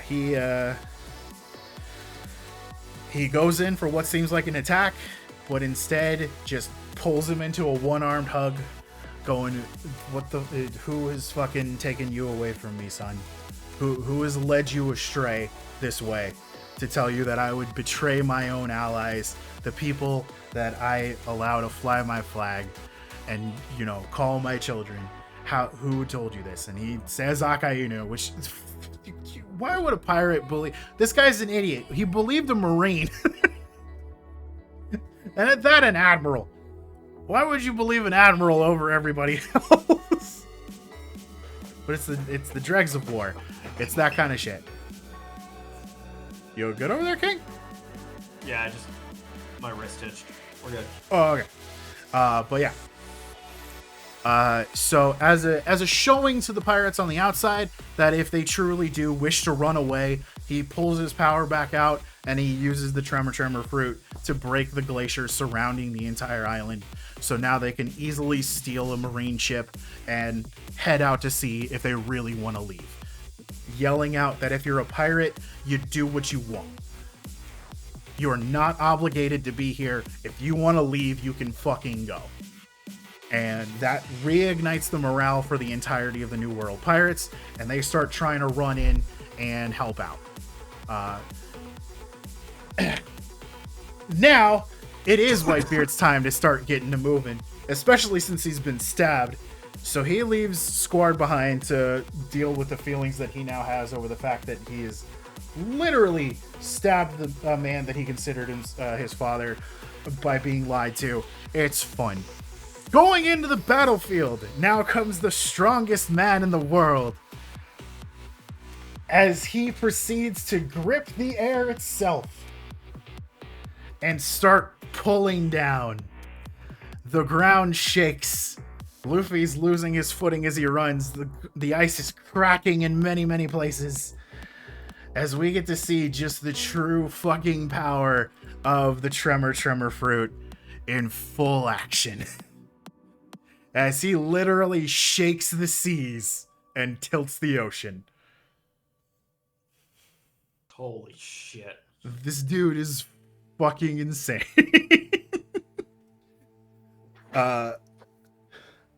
Not long after after Whitebeard starts to get into the swing of things, the Sengoku orders to just divert all power in the city to the wall mechanism so it can burst past the ice, and the walls finally come up, surrounding the entirety of the pirates inside of the Bayhead. The pirates from the New World are still not able to truly get in because they're still dealing with the pacifistas, but their morale has been pushed back up. The walls surrounding them are massive.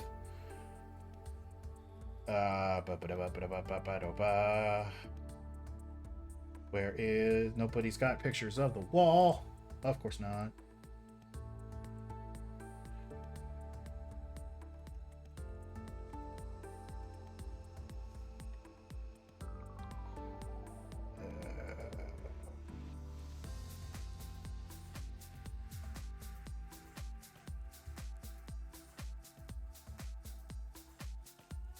Really isn't just an image of the barrier walls? Come on.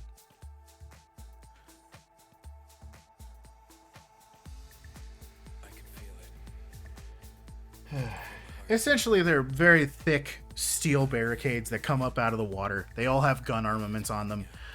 They are pretty fucking powerful, as even a shockwave sent off by Whitebeard, while denting the wall itself, doesn't give way, but it still scares the shit out of the people who are behind. From there, Akainu takes his place, raises his lava magma arms into the sky, and starts firing off shots into the air. Now remember, the world isn't seeing this part. They're specifically being told that they're not going to show this because the world will not understand them upping the schedule for execution and doing what they're doing at the moment, because the pirates are trapped. And now they have literal meteors of magma falling onto the ice. The Moby Dick is destroyed, the other 3 ships are destroyed, and the ice is melting underneath them. Not only that, the lava is literally boiling the sea that they're in. So even going into the water, even if you can swim, it still sucks ass. And the situation is looking pretty fucking bad. Luffy has been having a harder and harder time.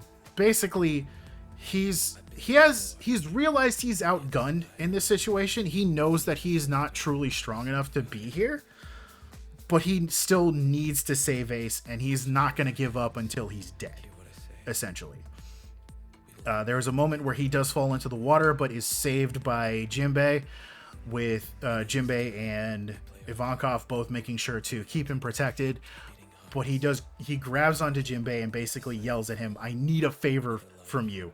I need your help right now, because they're getting ready to execute Ace. The executioners have raised their swords. They are ready to go, and they don't have a lot of time." I believe we can get a nice little image. There it is. And Ace has been stuck there this entire time. He hates everything about this.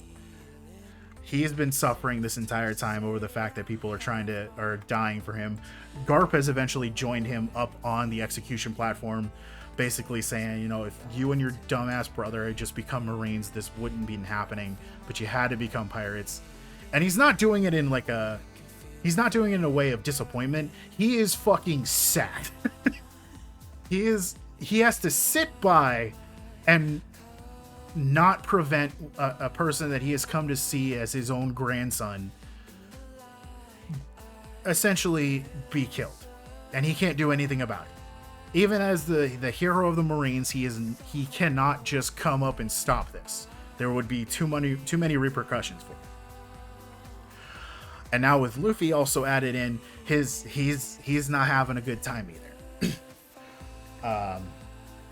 But they start to raise everything, and then there's a pause as a massive just column of water snakes its way up over the side, heading towards the admirals.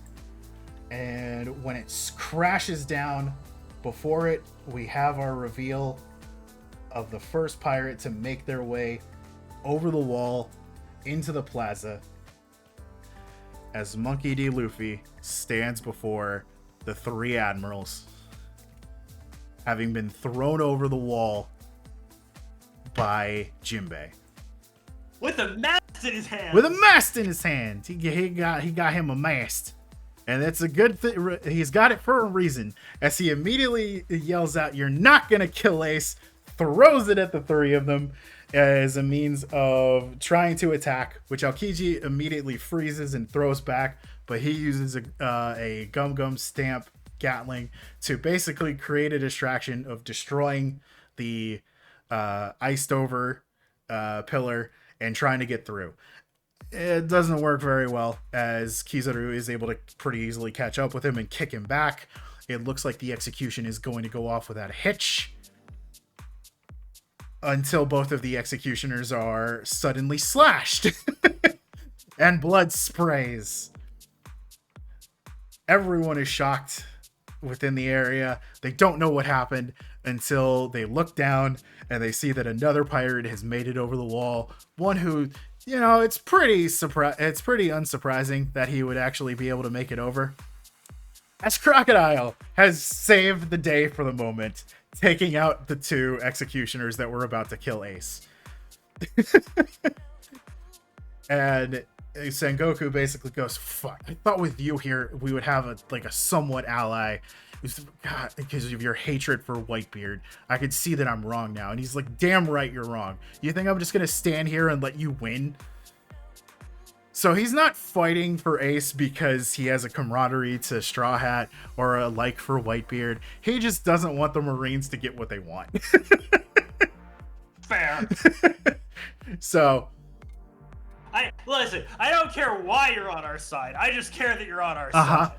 And that's the same thing he says to Don Flamingo after his head pops off, because Don Flamingo previously tried to offer him a position under him to work for him, but this is a clashing of egos, and there's no way Crocodile was going to accept that.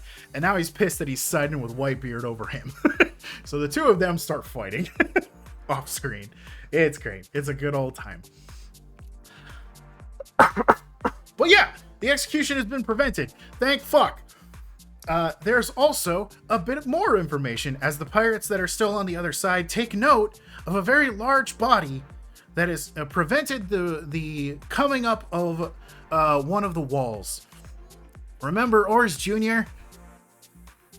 He's actually laying on top of where one of the walls are supposed to come up, and his blood is seeping into the gears, ruining its mechanisms. Motherfucker. So the only way in at the moment is currently to go through ores. And we quickly find out that he's not actually dead yet. Oh. As he starts to wake up, apparently he had fallen unconscious from the attacks. Gecko Moria didn't exactly finish him off. Whitebeard, seeing this, knows that what they need to do, and he tells Jozu to call in the trump card.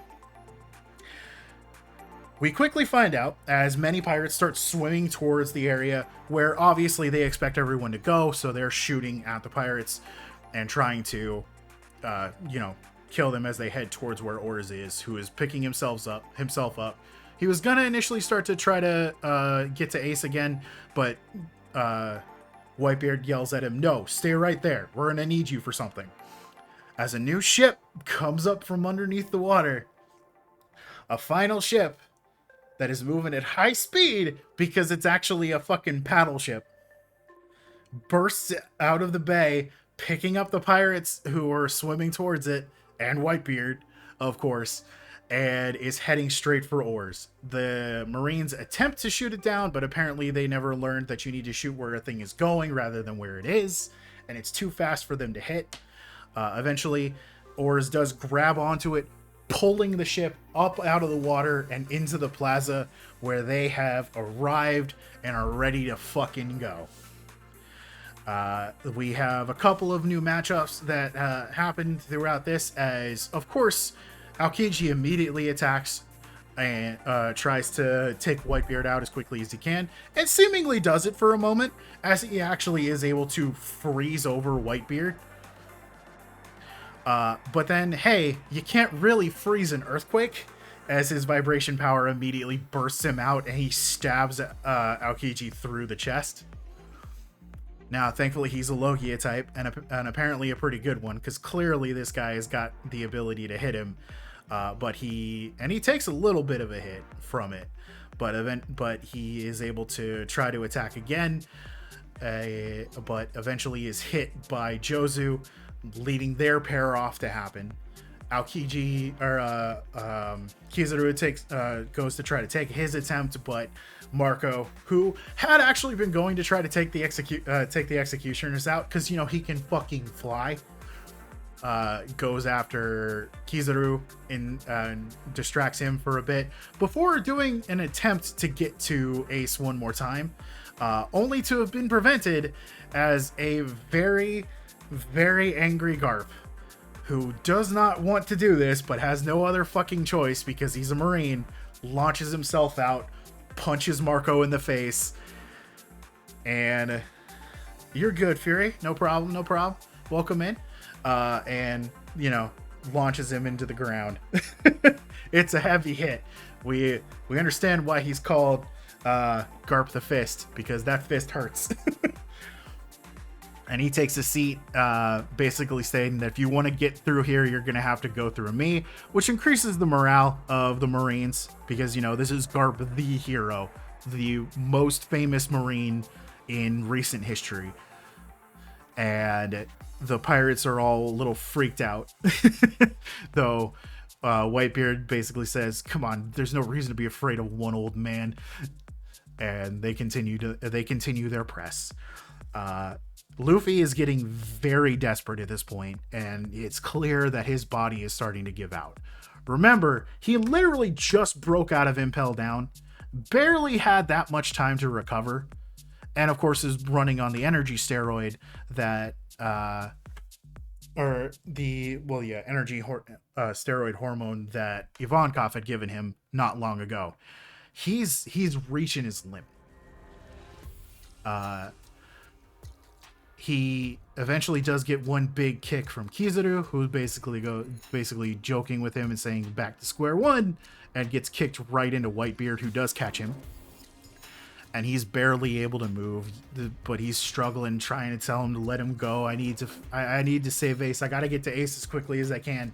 And Whitebeard's just like, "No, you've done enough. Let us handle this," and tries to hand him off to the medical team. But Luffy, being Luffy, forces himself away, trying to drag himself towards Ace, but it's clearly not happening as Ivankov and Jinbei make their way over the side.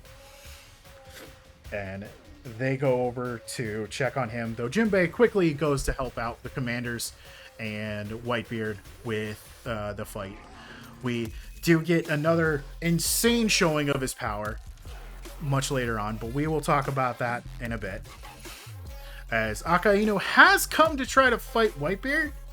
I believe that this happens in this time period. There is Plaza.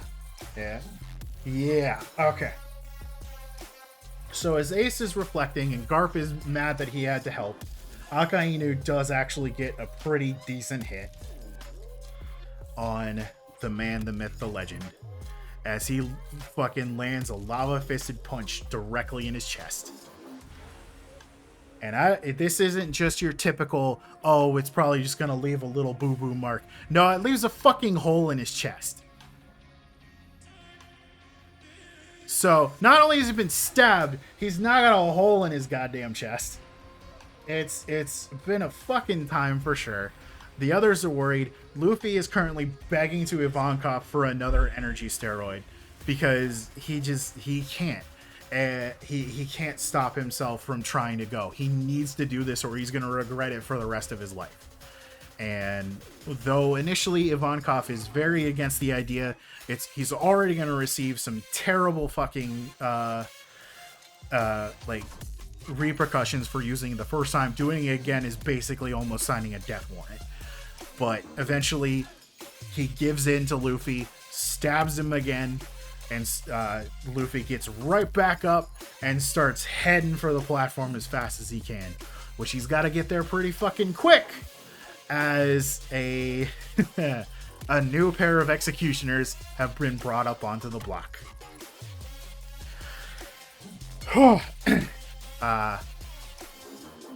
Now, eventually, during this time period, thanks to the boiling sea below, the frozen over prisoners and Buggy and the video transponder snail do get unfrozen, and they start doing their thing again where they were trying to announce them to the world, but then shit starts to get too crazy and they start basically broadcasting once again the events of the war just from one angle at the moment. So everybody is starting to see what's going on, though they still don't know whether he actually betrayed his allies or not. But shit's getting crazy.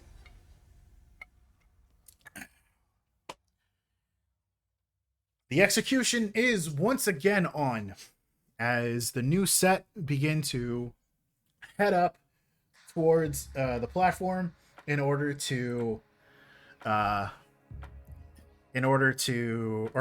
are on the platform, they are raising their blades, and they're ready to go.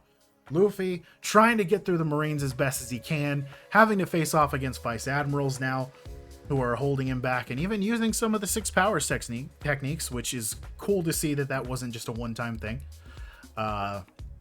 He is yelling at them to stop, trying his best, getting hit back a little bit every once in a while. And as the blades are about to come down, he yells out for them to stop one last time, as an event that we have seen play out not long ago happens once more. A blast of pressure comes off of Luffy as he sends out an unconscious Conqueror's Haki wave, knocking out practically everyone there. A lot of the Marines immediately fucking just pass out. Pirates are passing out, and everyone is shocked that this dumbass rookie who just ran into this battlefield actually has Conqueror's Haki as well. Shocks all of the admirals, everyone present, all except for Garp, who mutters to himself, "So he inherited it too, huh?"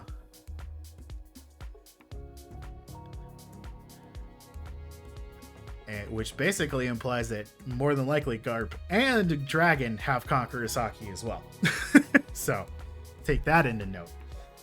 But yeah, everybody is passed out. He starts running again, not really realizing what he did. Even Ivankov runs up and goes, what, hold on, how did you do that? And he's like, what, do what? I don't know what you're talking about. So Luffy has no idea the fucking shit he just pulled off. And they continue towards the execution block, as the executioners who had gone up there were also knocked out by the pressure wave, preventing the execution once again.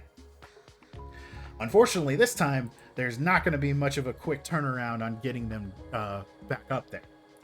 Now, in the time period during this, Kobe decides that he needs to get out there and fight.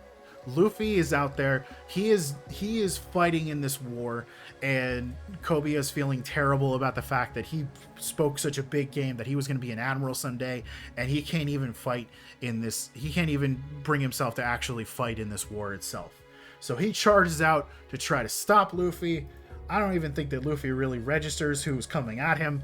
If he does, then he does not say it, because Kobe immediately gets punched in the face by Luffy, and is pretty much taken out for most of the rest of the fight.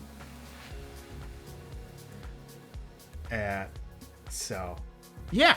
Anyway, Luffy is now starting to get even more of a support from the Whitebeard pirates and the allies, who have now made their way into the plaza by coming around the sides after taking care of enough of the pacifistas to not be as much of a threat, though they are starting to show up as well. Everything is converging into the plaza at this point. But they start working with Luffy. They essentially create a path to allow Luffy to have a straight shot at the execution platform while holding back the Marines. And out of Ivankov's hair, who has been running with him throughout this entire thing, telling him, oh, this is a big display. The big names of the New World are here to tell you exactly, that they believe in you. And Luffy's just like, I don't fucking care. I'm here to save my brother. Out of his hair pops our Scissor Man. I'm sure you remember him somewhat.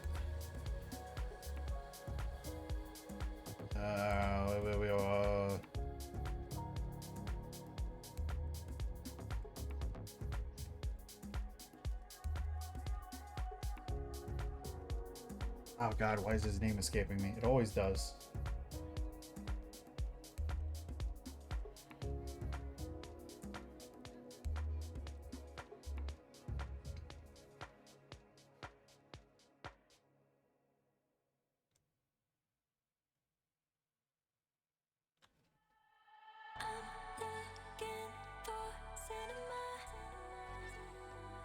The orange and white dude. I can't remember his name, so I can't get a picture of him very easily. You remember him, right?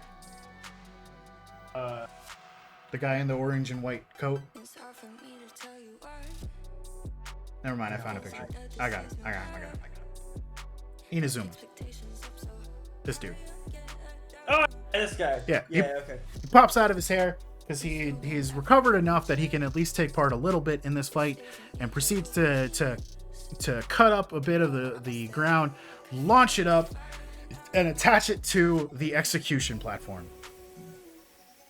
Luffy thanks them and immediately starts running up it. People are trying to stop him, but they're not able to get past the wall, and of course guns don't work on Luffy. So just shooting him isn't gonna work. Everything seems like it's coming up good. He actually got a key from Boa Hancock a little while back that I forgot to mention, but yeah, she stole a key to Ace's handcuffs and gave it to Luffy during the exchange with Smoker, secretly, by the way. Very subtly got it to him, and everything seems good until a figure launches itself right through the stone platform that has been launched up, as Garp has gotten in the way of Luffy, yelling at him, saying, you think that I'm just gonna let you do what you want, you little brat? I'm a Marine. I can't let you just run around. You're a pirate. You're my enemy, Luffy. Yelling at him, telling him he's gonna have to fight him. Luffy yelling back, saying that there's no way I can fight you, Grandpa. I'm not gonna hurt you. Ace is up on the platform, knowing what Garp is going through at the moment, because they had the little conversation a little while ago, knowing that Garp is doing this against his own choices because he has no choice as a Marine, and everything seems like it's going to be squared up to where Garp is going to fight Luffy. Obviously, out of the two of them, that would the person who would win, it's Garp. There's no question that Garp could trounce Luffy right here and right now.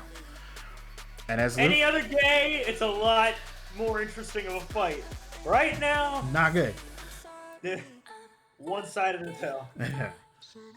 Now, as they gear up to go and fight, Sengoku is watching Garp very closely, because he knows that this man is about to fight his own family, and he doesn't know what's going to happen.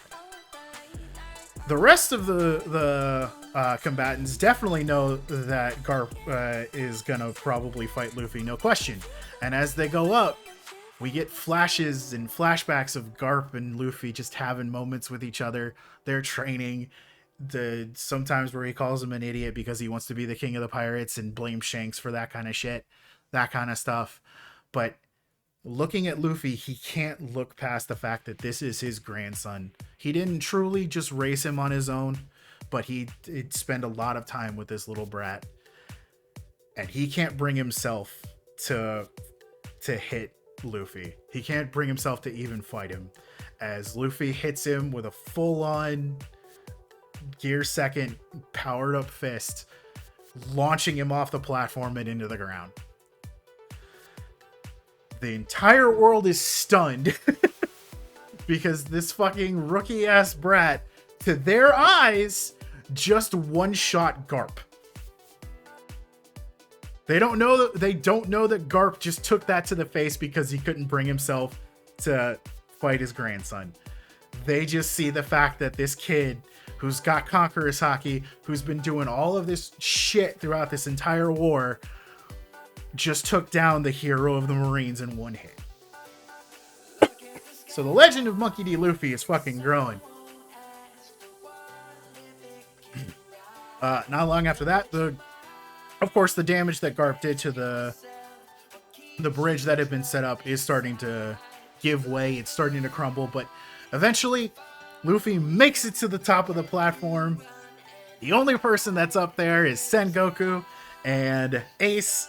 I'm sure that nothing bad could possibly happen as he pulls out the key, ready to go. Sengoku looks pissed, and as he's about to try to unlock the handcuffs, Kizaru sees the fact that he's got a key, says, you shouldn't have that, and uses a laser beam to blast it in half. So the key's broken. That's bad. Also, Sengoku's glowing. That's not good. That's not good.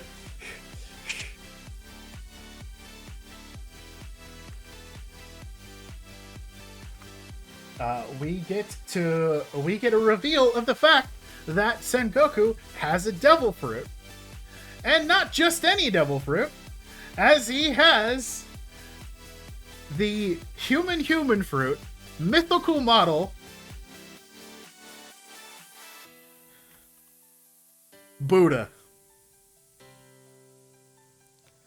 He is the heavenly Buddha. One Piece. He becomes a giant golden statue man with big ass fists. And those fists, when he fucking throws, create shockwaves. Makes a reference to the actual Buddha by saying, I've got you in the palm of my hand. Kind of situation. And then we get a quick reveal of the fact that one of the executioners that was up there on the platform was actually Mr. 3. The Wax Man. Who, in a quick flashback, we find out that in order to pay back his debt to Bon Clay, and in a way Luffy snuck into the back of Marineford somehow.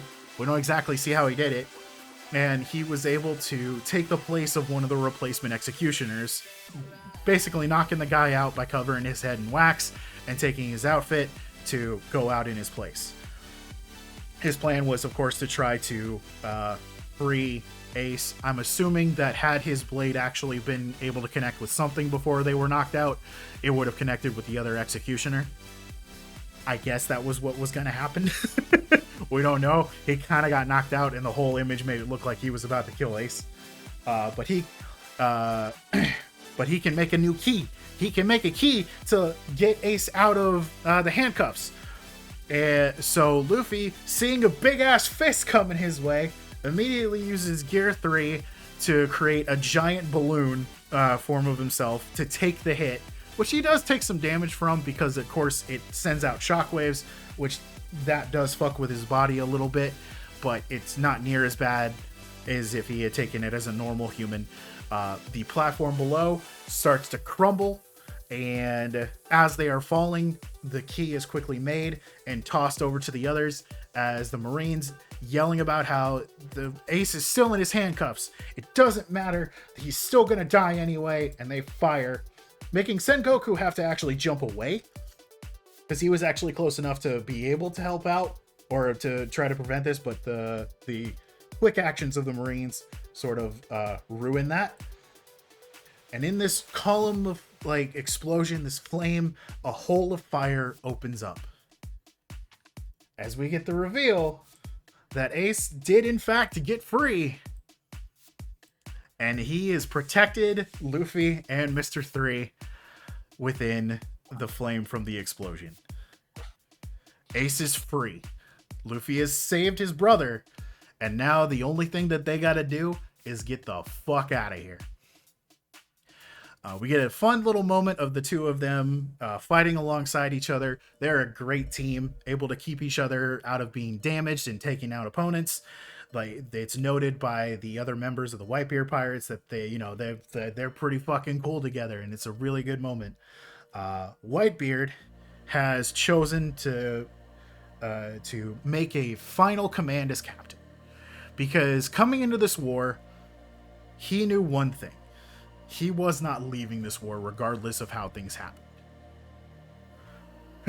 He's an old man. He's been around for a long, long time. He's seen a lot of shit. And he knows that his time is up. Marco is not happy about it, and they initially tried to make it so that he would actually have we had seen him before. He was on like a lot of machines and liquids that were being drawn into him, that kind of stuff. But he took them off because I don't want my fucking opponents to feel bad for me or some shit with this. And so he removed that. But yeah, Marco understands that this is definitely that he's not going to make it out of this as much as he wants to fight against that notion. During the time period, Marco had actually been latched onto with a Sea Prism Stone handcuff and is not able to use his abilities anymore. Which is bad because he's been shot through the chest a couple of times and he really needs to get those off so he can fix that. Jozu has been fully frozen over, and the other commanders are being held off by warlords and stuff. So no one can really get to Whitebeard as he sets off another earthquake around the entirety of Marineford, basically causing a massive rift in between him and the pirates themselves, and heavy damage has been done to Marineford. This place of justice, the center of the world, their own actions have brought about practically the destruction of the entire island. It's seen better days, essentially. But yeah, he gives a speech to them saying there's no ship that can carry me to the new world. All of you need to get out into the paddle boat, get the hell out of here, and take Ace back out to sea. And that's his final order as captain, is he is going to hold off the entirety of the Marines all by himself.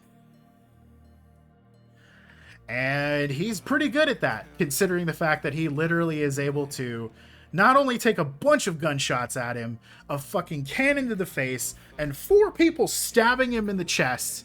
He stands back up, yells out the fact that he is Whitebeard, swings his naginata around with such force that it creates a fucking tornado, launching a ton of Marines into the air.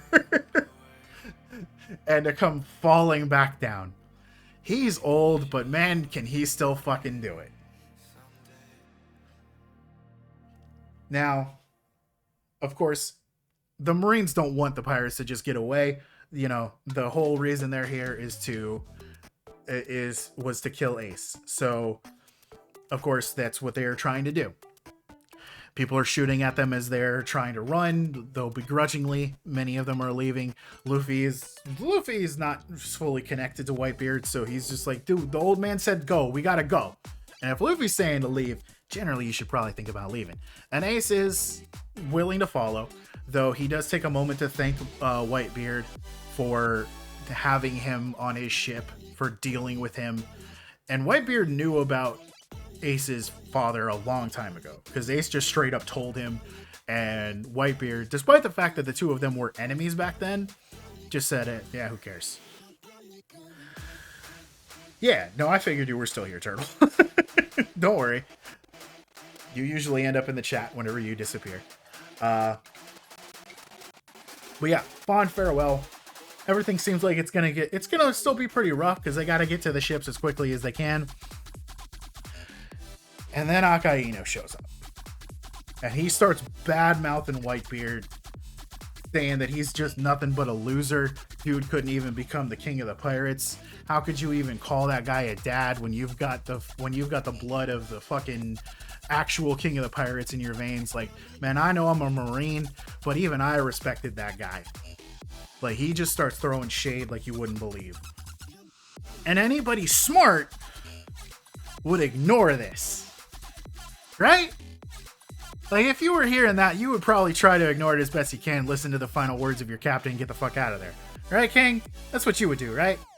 Yeah, that's what I try and do. Not to succeed, that's what I try and do. Well, Ace didn't succeed even for a second, as he immediately turns on Akainu, telling him to shut his fucking mouth and trying to get into a fight with him. And Akainu knows that Ace is taking his fucking bait. But instead of attacking Ace, he goes after Luffy, who's starting to crash again. Luffy has actually dropped the piece of the Vtuber card that was starting to grow back a bit and was trying to get it back, only to feel the shadow of Akainu coming down on him. And as he does so, a massive blow is sent his way. And we think it may be the end of our boy Luffy.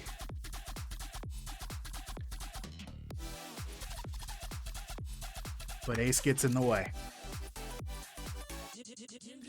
taking the full force of not only Akainu's magma, but his haki as well, as Akainu punches a literal hole through his chest to save his brother.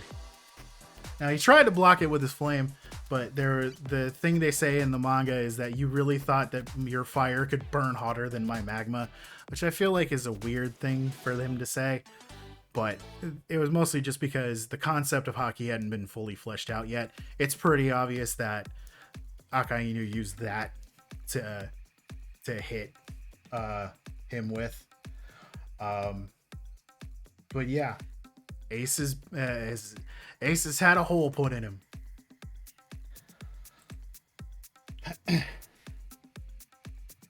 And this isn't a hole that he's going to recover from.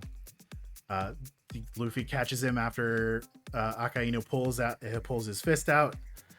All right, Fury. Yeah, the VOD will be up on YouTube probably within a day or two. Don't worry about it. But yeah, he pulls his fist out. Ace falls forward into Luffy's arms, who starts freaking out and yelling for a doctor to come because he's got a massive hole in his chest. It is bleeding everywhere. It's not a good time. And hold on.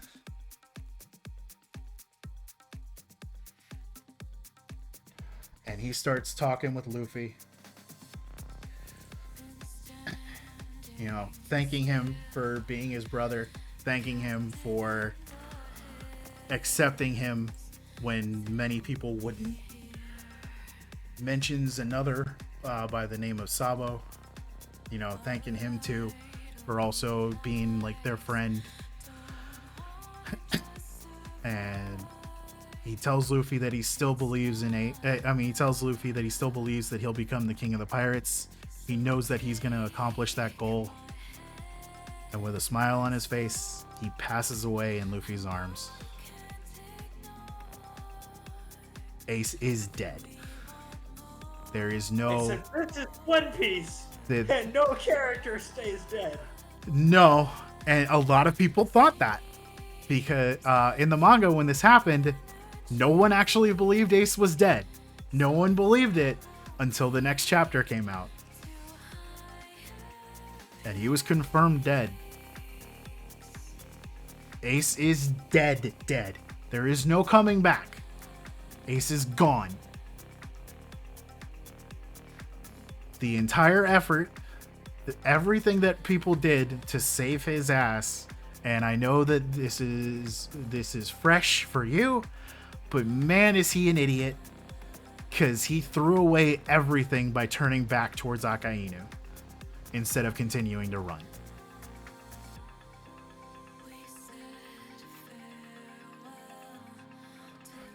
You're fucking with me, right? No character in One Piece stays dead. I am absolutely not fucking with you. He is dead.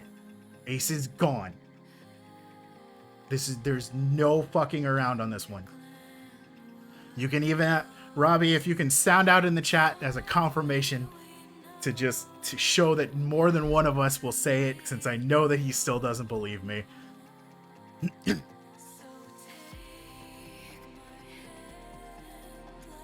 But yeah, no, Ace is full on dead. He is not coming back.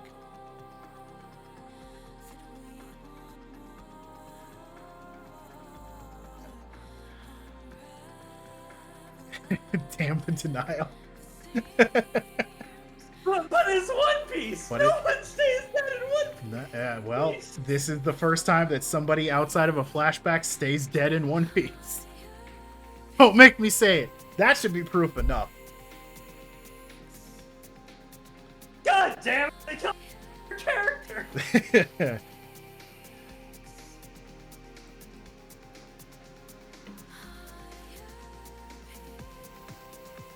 Now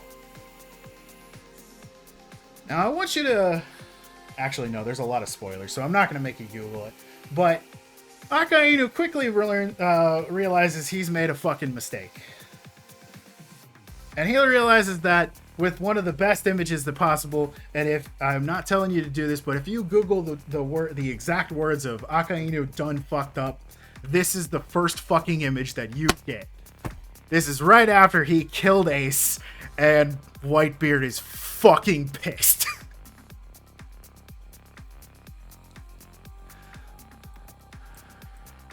He proceeds to use his powers to basically just fucking... To do damage that you would think would kill someone like Akainu, but he unfortunately does end up surviving. But he eventually gets hit so hard that a fissure is broken out. It's such a good image. It's such a, like, after that it's good catharsis to see him get literally just his entire shit fucked up.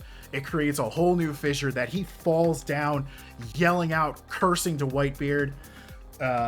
But not before the fact that he actually did get a pretty good hit on Whitebeard. Well, two pretty good hits. I'm not going to actually lie about that. One in which he put a hole in his chest, and the other... So in the manga, it's in the manga it was one way, in the anime it was another, for very particular reasons. Essentially, he throws a fist at a lava fist at Whitebeard. In the manga, it takes off a good chunk of his head, like just a nice little, like a little part of his head. In the anime, they just had to hit his mustache because, you know, you can't just show a guy with like a part of his head missing running around on what is essentially a primetime show, even in Japan. But here's the whole thing. God. He jobs him. It's real good. But if you look real close, you can see where the part of his head is missing. Yeah. Yep. Well, yeah. So that's a whole thing that happens. But yeah, unfortunately, Ace has officially passed away. Luffy eventually shuts down. Like, one of the people he cares about the most in this world has just been literally taken from him, died in his hands. The entire events leading up to this, where he got separated from his entire crew, all of it finally comes in as he just straight up passes out after crying out. No matter which version you watch, the voice actor does an incredible job of displaying just how bad Luffy's reaction to this is. And he falls into a full-on state of shock at the death of his brother. At least Bon Clay makes it look like Ace is alive. I mean, he could, if he's ever touched him. But yeah, the Luffy is out. He's done. The other pirates in the area having to quickly recover from what just happened, do get to him. Jinbei basically is going to protect this boy with all of his fucking might at this point. He is all in on Straw Hat now. He wants him to see the future. He knows that he can get him somewhere safe. And so the new plan is basically get Straw Hat the fuck out of here. So he and some of the other commanders, Marco, who has gotten the cuffs off, thanks to Mr. 3 having been dragged over to him and having a key made, has recovered himself. And their job now is to get out of here. But that's not the only thing that happens, as not long after the death of Ace, we get another fun reveal as Blackbeard comes on the scene. This is all your fucking fault. Teach has arrived on the scene, and boy does he have some big names hanging out with him now. As prisoners from level 6, including Shiryu, are now here. And San Juan Wolf, the man in the back, who is literally a giant who ate a devil fruit that can make him even bigger. The guy is known as the walking battleship. There's a good couple of big names that are with him. We have San Juan Wolf, who's the one I just introduced. We have Alvaro Pizarro, who is this boy right here. We have Katarina Devon, who is this lovely woman right there. I'm gonna... Oh, I was clicked on the wrong thing. Get a nice zoom in on them. There you go. And Vasco Shot, the dude drinking back there. These are all prisoners that he brought back with him from Impel Down, which was his whole reason for visiting. And as we realize, his whole reason for even getting this war started in the first place. Captain Buggy could take them all out. Damn right. But the whole reason he wanted to get in with the warlords in the first place was so that he could go to Impel Down as a warlord, break in, and break out the strongest fucking prisoners he absolutely could. We come to learn later that not long after the poisoning, which it turns out Shiryu was on their side and provided an antidote so that they wouldn't fucking die, they went down to level 6. And basically, Blackbeard said, hey, I'll take anybody with me who wants to go get out of here, but you gotta fight the people in your cells, and whoever's still left standing can join my crew. So he essentially started a fucking little bit of a battle royale in the fucking level 6, and the prisoners standing here with him are the ones that won. So they're the strongest of the strong. Not only that, he's got another plan. And why he's really glad that Ace was the one he ended up taking to the Marines. As he is now here to kill the old man, essentially finish him off and send him off on his way. There's a bit of a fight that does break out between Whitebeard and the Blackbeard pirates. Blackbeard actually showing he probably could take on Whitebeard a little bit. Not for very long, but with his Darkness Fruit, he is able to prevent Whitebeard from using his Devil Fruit, which does take away a bit of an advantage. Eventually, he old age and the damage he's taken, another big old like fucking lava plume that was put inside of him during the fight with Akainu. Also, he's basically got like 3 holes in him, which is the 2 holes that came from Akainu punching him in the chest with lava, and the fucking stab he got from Squard. He's seen a lot of damage during this fight, and he's practically on his last leg at the moment, but it's a fucking strong leg. As eventually it comes down to the only way to take down this man is Blackbeard calling in the rest of the crew to help him basically fill him with lead. They shoot him for so long that eventually he stops moving. They assume that he is knocked out, and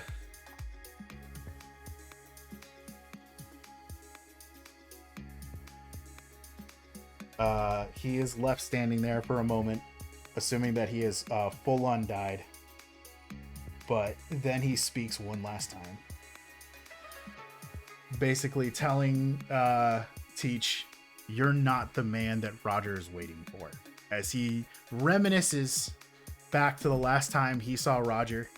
It's a lovely, like, cherry blossom filled island somewhere where they're just having some drinks, and he tells him about the fact that, "Oh no, my name's not Gold Roger, it's Gold D Roger," because the government had tried to cover up the fact that a D was causing waves back then.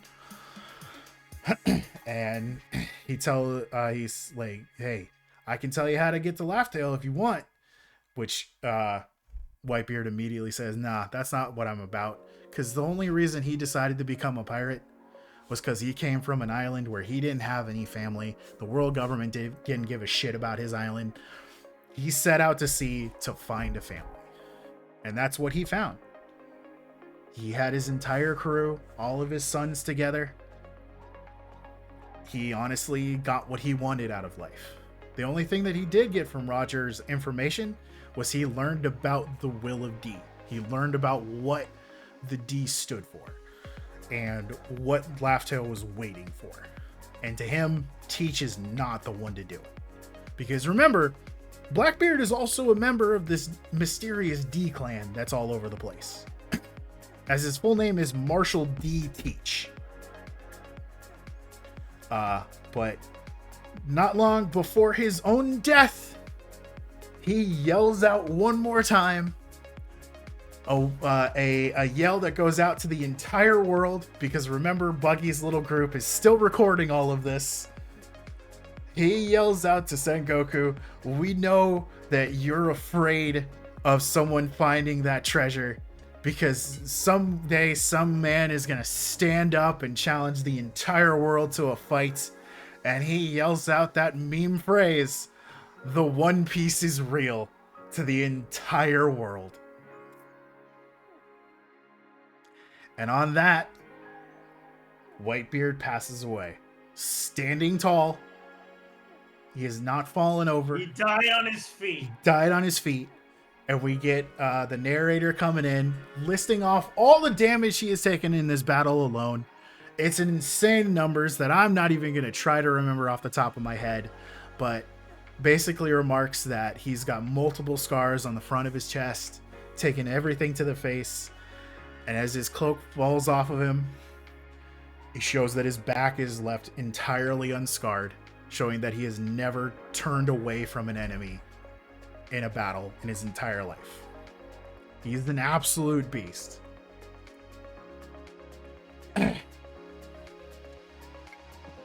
I wish that we could say that he got to die and leave behind an incredible memory, as that would be the last thing that ever happened in this entire war.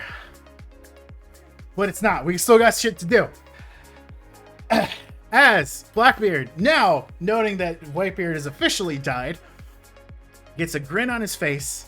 His two of his crew members jump over Whitebeard with a big old black cloak covering his body, and laughing like a madman, Blackbeard goes under the cloak to be with the dead body of the former strongest man in the entire world.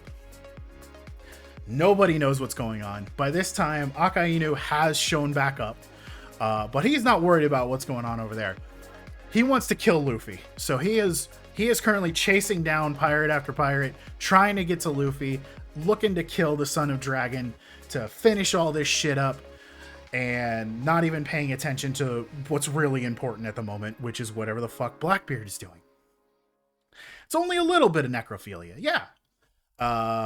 The Blackbeard pirates seem to know what's going on, as Shiryu remarks that, hey, if this doesn't work, does that mean that we disband? And the rest of them laugh. As the cloak is pulled down, and Blackbeard doesn't seem that different.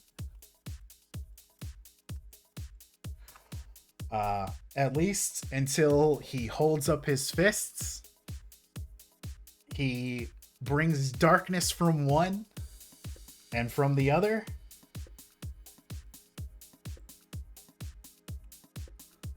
Oh, it's so small. A bubble of light appears on his other fist. A familiar bubble to practically everyone in the war at this point, as that is a moniker of when Whitebeard was using his devil fruit. He proceeds to demonstrate that he has taken in the power of another devil fruit, as he creates a tremor towards Marineford, destroying it more by cracking the air. Somehow, it's not explained yet, though there are remarks from the Whitebeard pirates saying, I mean, if anybody could pull it off, then he can. He's always had a weird body. But somehow he has been able to take in the power of another devil fruit. He has the power of the darkness fruit and the tremor fruit. Which is... there are plenty of theories about what's going on. Some saying he's got multiple personalities and that's the reason why he was able to do it. Some saying it's the darkness fruit itself that was able to take in the power and give it to him. But we haven't had an actual explanation in the series as of yet. I'm sure we will get one pretty soon, considering the current saga is dealing with a lot of stuff that is going to have him involved. But yeah, it's not good. Because guess what? I said, remember what I said earlier? That in the wrong hands, this devil fruit would be bad? Well, guess what? The wrong hands now have it.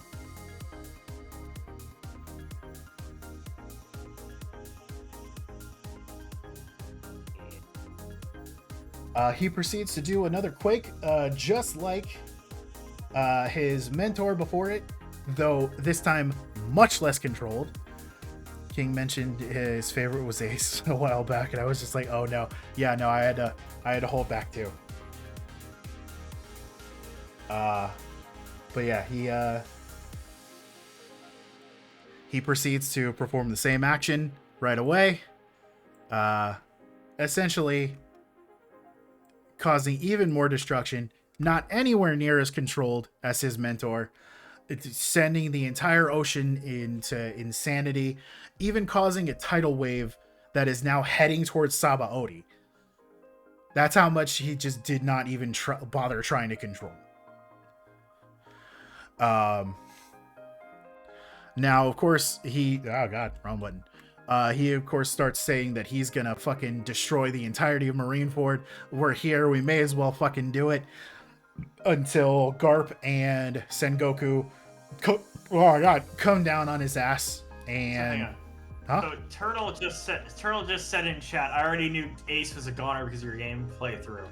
Yeah, I remember you saying last time.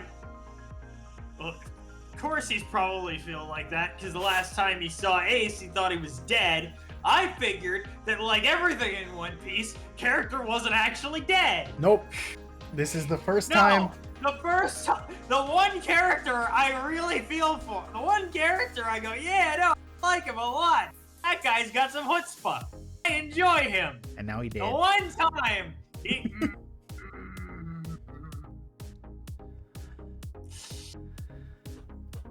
Sorry. I'm sorry, Gig. He's gone. He's gone for good. Not coming back. And I know you're trying to think of that this is a bit, but I'm not kidding whatsoever. He is fucking dead. Best boy dies. No, best boy's still around. Brooke's alive. But yeah, Sengoku and Garp start to fight with the Blackbeard pirates in order to prevent them from destroying the entire island and sinking it to the bottom of the sea, while the remnants of the Whitebeard pirates are working on escaping, are focusing on trying to get Luffy out of here because Akainu really wants him fucking dead. And we start to see that the Marines are going a little bit crazy, as the pirates at this point are all trying to retreat. They are running from the battlefield. Excuse you, Law is the best boy? I'll have you know that Law is second best boy. Speaking of Law, we'll might see him here in a little bit. But they are firing at these people's backs. They have gone full blood crazy. Justice overall as they cry. And Kobe, who is now woken up by this point, is hearing all of this, and not just in a means of it's just surrounding him. He's hearing it in his head. He is hearing people dying in his own head and listening to them as their lives are snuffed out or they're ignored as they are receiving fatal wounds, and people are just continuing to chase after the pirates. The pirates are trying to defend their friends as best as they can while being chased down by these fucking blood-crazed idiots at the moment, and it's becoming too much for him. He doesn't understand why he is feeling all of this, why he is truly hearing all of this. Because as we come to find out, this entire event has unlocked observation hockey within Kobe.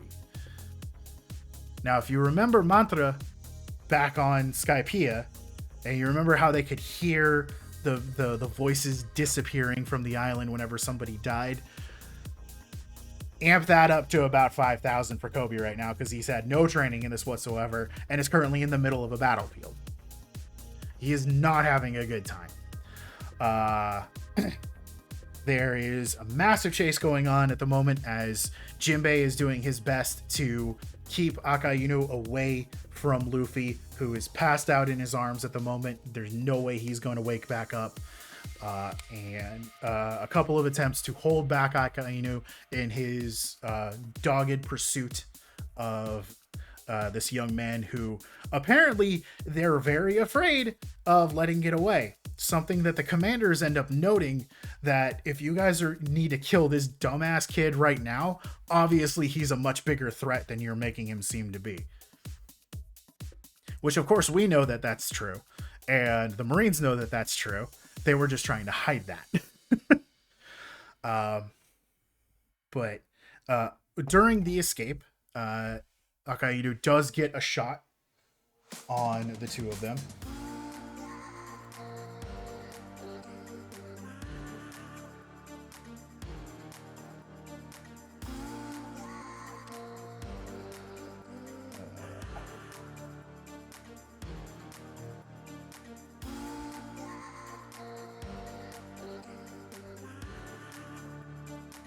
See if I can get the... Yeah, that'll work.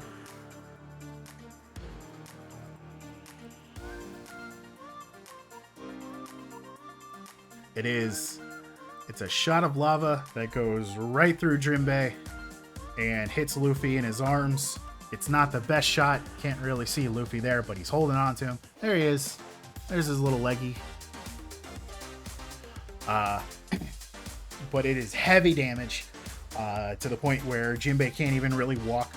Eventually, coming in to save the day again is our favorite Croco Boy, who shows up slashing the Magma Man in two with his sand and sending Jinbei and Luffy flying into the air.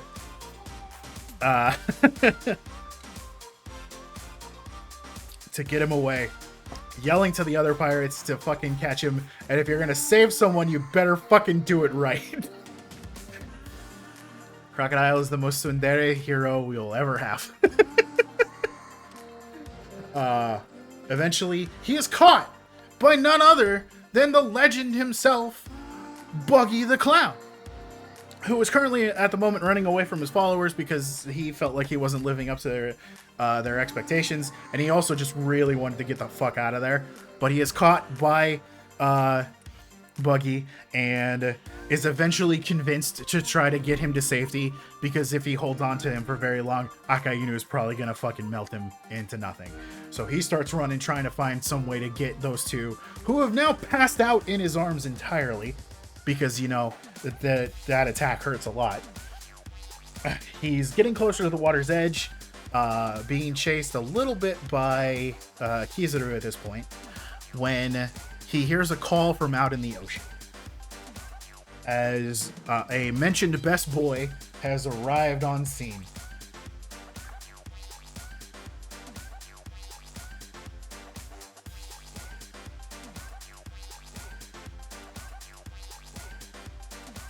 Out in the water, in his lovely little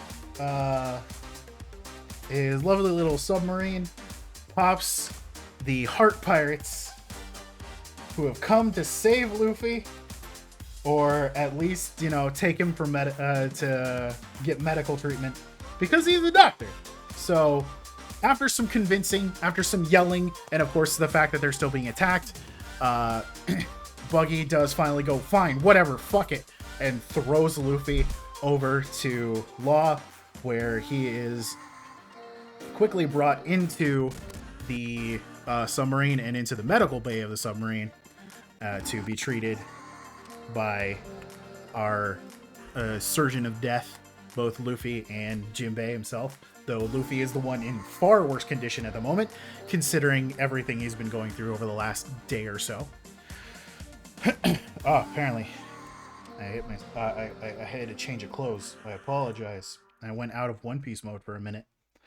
But yeah. Now Akainu is of course still trying to attack. He's still trying to get to Luffy to end him as quickly as he possibly can. Only someone has now gotten in his way.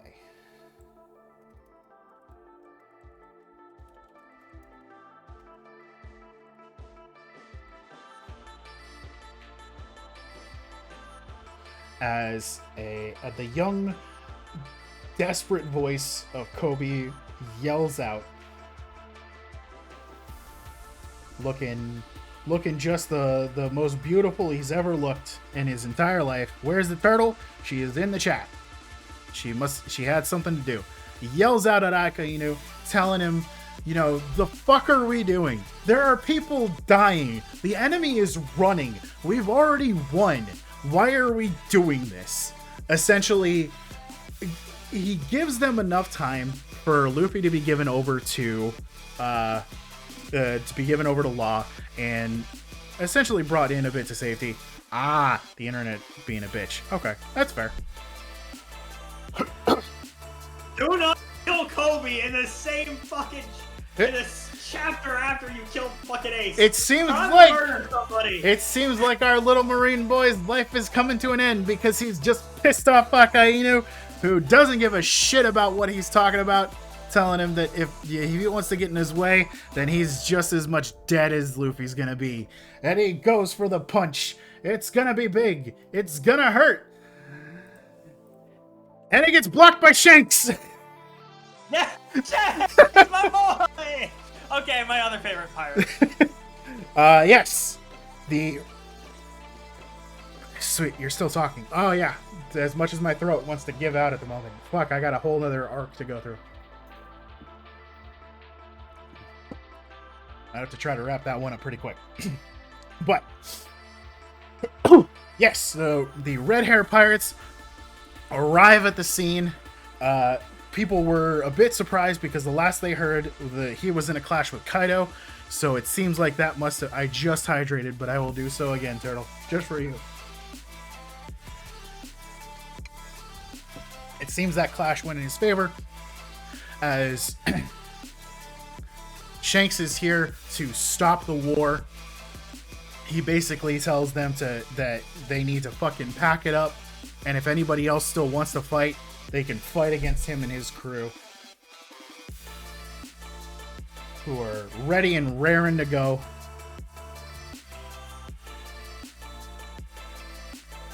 They're all lined up. One of them's got a monkey. Look at them go. Look at them go. These guys are ready to go. And Blackbeard takes one look at him, sees the scar on Shanks's face, tells him that the scar looked good on him, but he's not ready to fight him right now. And they pack up and they leave.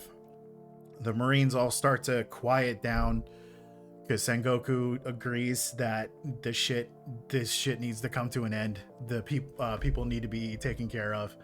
And he declares the war over and that the Marines have won.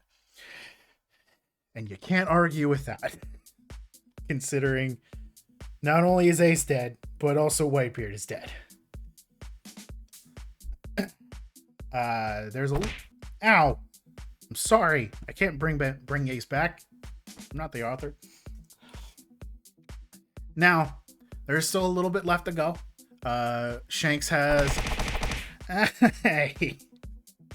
Shanks has a bit of an interaction with Buggy, basically telling him to take Luffy's hat back to him because he had lost it during the fight. Claiming that he had a treasure map that he could give him, but he was actually lying, which, you know, gets him to start arguing with his old shipmate, increasing the legend of Buggy as his crew members look at him going, this is a fucking Emperor of the Sea that he's talking to, and he's acted like it's nothing. It's just the whole thing with Buggy has been a fucking time throughout. And they're even more enamored with him and have declared that they will follow him until the day they die. Sort of situation. Luffy is brought away from the battlefield by Law as everything starts coming to an end. Many people within the world are already starting to celebrate because the pirate is dead. The execution went off. The Whitebeard is dead. The seas are going to be safe now. But we're not going to worry about that, as we got one more saga to go through. And we'll be fucking done.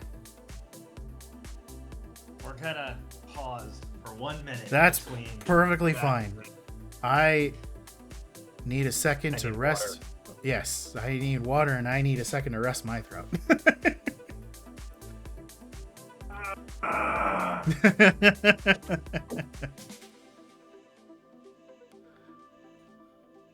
Did that actually merge? What happened?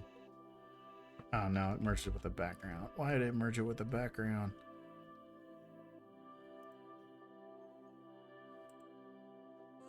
There we go.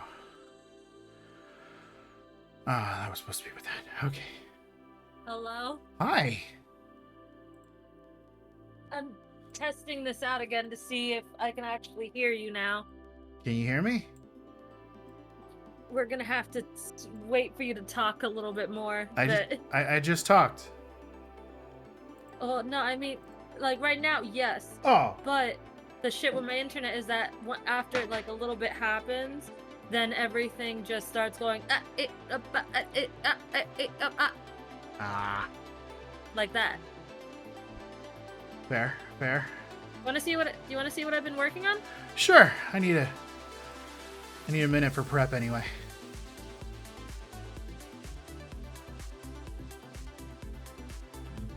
Where did you put it? Well, no, I'm just sharing it. Oh, okay. I still can't believe. Look, Ooh. I've been working on a thing. You've been working on a thing. Is it a schedule? Yeah. Ain't it a nice thing? It is. I think it's a pretty nice thing. It looks very good. I figured that I need to start adhering a little bit better to one. Yeah, I really should too. So I feel like if I have it, if I went through the, for me, it's very much like if I'm gonna go through the effort of doing this, then I sort of have to make sure I follow through. You know? Yeah. So that's sort of the mentality I'm sticking with. Whew. Hey, Are we- Big. Yeah. Want to know something really interesting in WoW? What's that? So you know how we're gonna be able to skip to just fight Garrosh when the next patch hits? Uh-huh. Well, there's already a similar situation with Rend Blackhand at the end of Blackrock Foundry. Huh. On your first run on any run into the raid at Mythic difficulty, you can pick up a quest, and that then has you run through the raid a few times. But basically, once you've completed that quest by killing the bosses like 4 times each or something like that, Yeah. you can turn it in, and from then on, you'll be able to just skip to Rend at the end of the raid Huh. and just farm him, which is nice because he drops a mount. Yeah. My Sunday's been going pretty good so far, Fury. Woo! I'm definitely, I mean, it only just started like 3 hours ago. Yeah. Kind of woke up, waited for a delivery, and then asked you guys to try to, if we could get started around 4:30, because fuck, I have a lot to go through still. Well, not too much more, thankfully. But yeah, we're getting there. This arc sucks. I hate it. It's great. You're just angry because he died. You're just mad because Ace is dead. Yeah, and I told you to get ready for shit. I didn't lie. Alright, I'm about to do something that might fuck up my settings, so just give me a second. Can y'all still hear me? Yes. Cool, good. King is so Sweet. fucking bitter right now. He's so big. I mean, I don't blame him. Ace was a great character, which is why it hurts so much for him to fucking die. I just especially find it when so everybody funny. else gets to die and then be alive afterward. Imagine having to go through that like on a weekly basis. Do you know how many people were just like, the next chapter is definitely going to just be him waking back up and being like perfectly fine, and then finding out he was actually fucking dead. It's honestly the biggest surprise. Oh yeah, that Ace was Roger. That was a hell of a fucking thing back in the day when they got revealed that Ace was Roger's son the whole fucking time. Like, because everybody assumed the same thing that like Ivankov did. We actually assumed that Ace and Luffy were like blood brothers. Nobody figured it was like it was a brother in name situation. As we see in some flashbacks that the two of him and a third seem to have shared sake with each other and used that as a ceremony of brotherhood. They declared themselves brothers through that ceremony. And we're gonna go into that because I hope you're ready for a fucking flashback. It's a flashback. We come like a little bit after the war. Law has gotten Luffy and Jinbei into a stabilized state. Luffy is still way past gone at the moment. The trauma that he has gone through, the actual like physical trauma he has gone through from not only war but the Impel Down stuff has all fully caught up to him, and they don't know when he is going to wake up, but he is stabilized. At this point, the only one that can make sure that he's alive is Luffy himself. They can just, As it tends to be. And to show his condition at this very moment in time, that's our boy. I didn't want to create a fucking text thing. I wanted to move it. There we go. That's our boy in his little bed. He is out. Jinbei does eventually wake up and goes out to the deck where he he shouldn't be moving around, and Law's crew tries to keep him in bed, but he's a much stronger fish man than they are human, and he gets back out on the deck and thanks Law for saving him and Luffy's life, telling him that he does owe him now for such an act. Reveals that they think that they're safe as they have finally surfaced when a marine ship rolls up onto them, only for it to be quickly revealed that it was actually Boa Hancock who had commandeered a ship with the express purpose of at least stating to the Marines that she was out to try to get Luffy and capture him as quickly as possible. But she, of course, turned the entire ship to stone. Ivankov and his group have stowed away on the ship as well.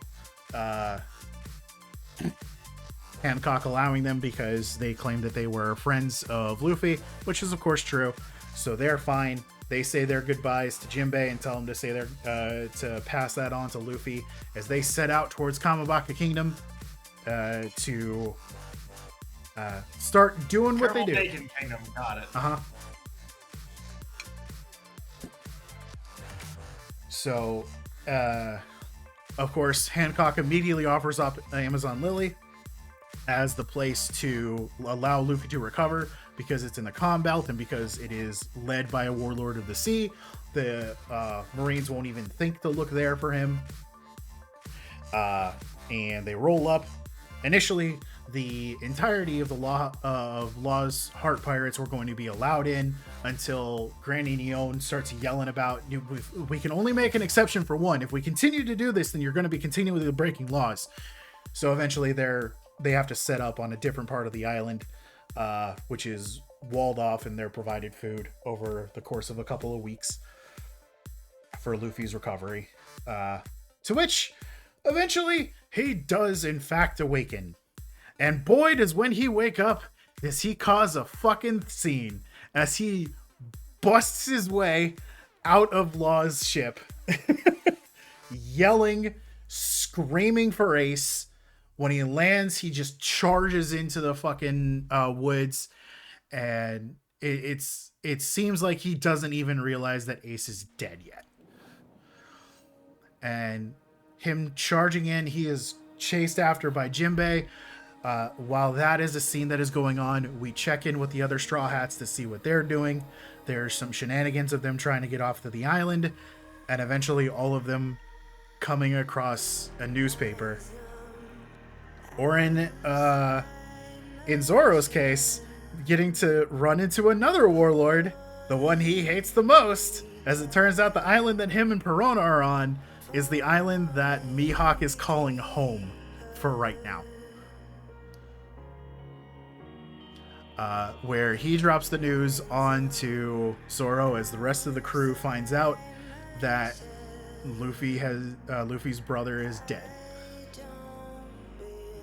And of course, all of them are fucking distraught by this and immediately start trying to find ways off of the island so they can get back to their fucking captain, who now absolutely needs them. We cut back to the island where Luffy is running amok. Jinbei is trying to stop him and calm him down, literally having to fight him a little bit there for a moment, trying to get him to understand that Ace is dead before Luffy immediately yells out, "You think I don't know?" He wasn't acting as if he didn't know that Ace was dead.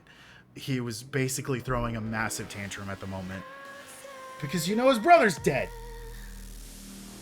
I feel like that's understandable. He's not having a good old time. Look at this boy. That is the face of a broken boy. Poor boy. Meanwhile, also happening at the same well, not the same moment in time, but a little bit after. Apparently, the powers that be have decided that I'm gonna copy the same image by mistake. There we go. That Gecko Moria just isn't up to the job of being a warlord, and they want his ass dead. But we're on the same page. So they order Don Flamingo to take a bunch of the Pacifista and kill his Fuck ass. this prick. He killed my favorite villain. Huh? Kuma. Gecko Moria didn't kill Kuma. Or who? Vegapunk is the one who related turned him to into him? a human weapon. We haven't seen him yet. But yeah.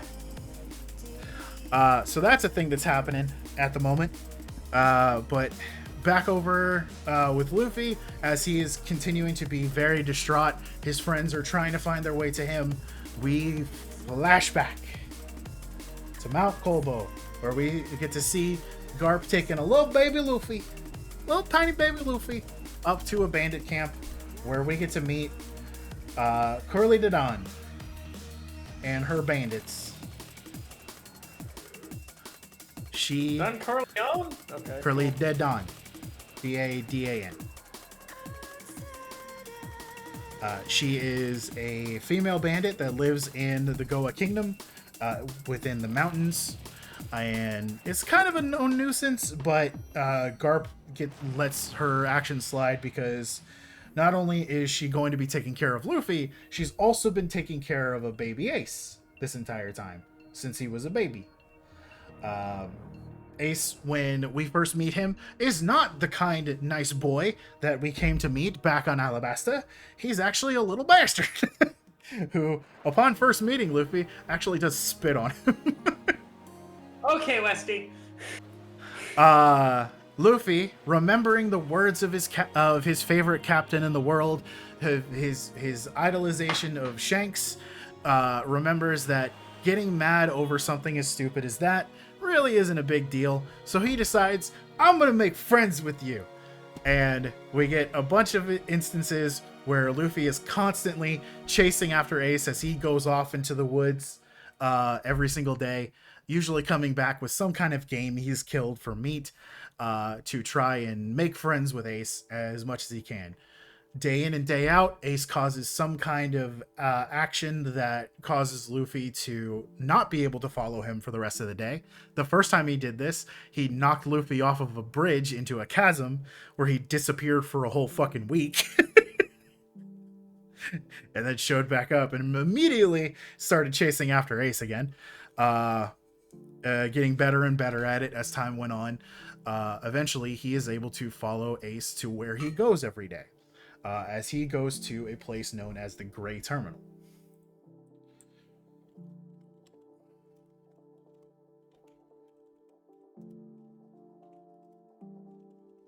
The Gray Terminal is a bit of the kingdom that is. So I'm gonna give 2 images. One is a image of the actual island that they live on, with the full breakdown. So we have the Goa Kingdom. We got Hightown Town Center and Edgetown, which are all within this wall. The Gray Terminal, which is a massive, basically a massive junk pile where trash and refuse is discarded outside of the wall, and within the actual terminal, there are a bunch of ne'er-do-wells and people like who are cast out of society and shit. They just live there, picking off of what trash comes out and taking it back into Edgetown to be sold to just get some cash.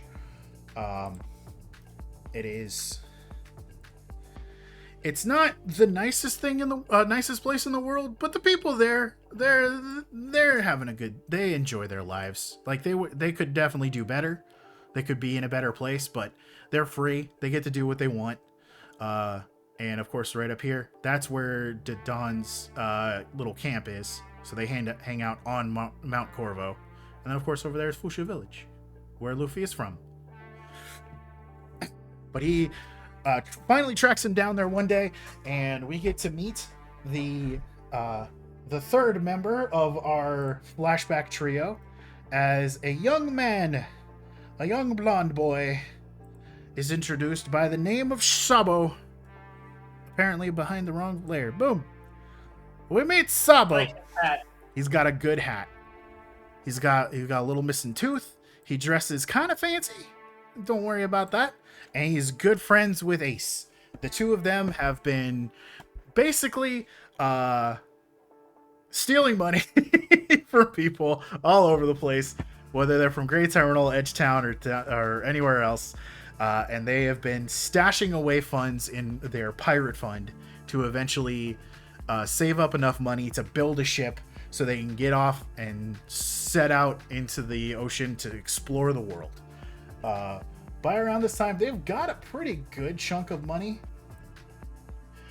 I wonder if it's noted here. It's a pretty large sum,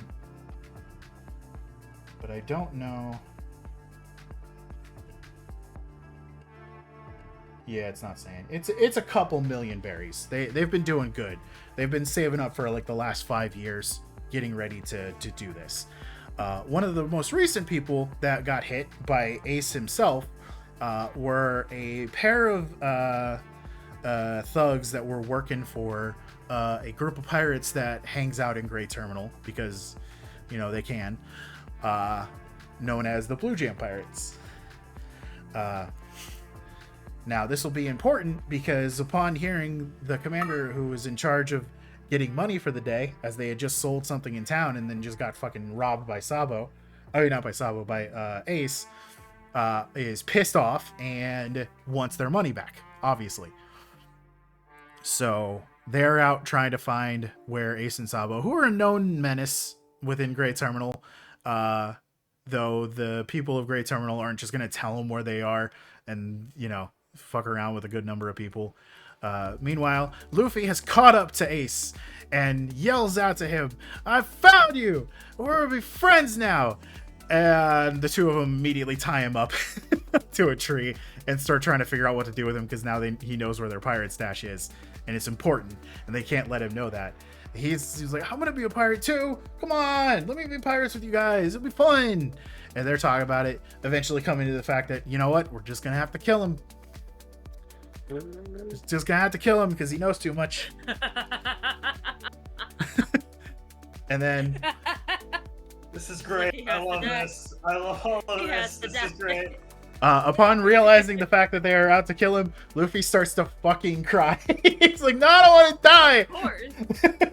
And both of them were just like, Obviously he died. both of them look at each other with the look of, "Well, fucking do it." He's like, "I don't know how to kill somebody. I've never done that before." They're fucking kids. Like Sabo and Ace here are probably about 7 years old, I think.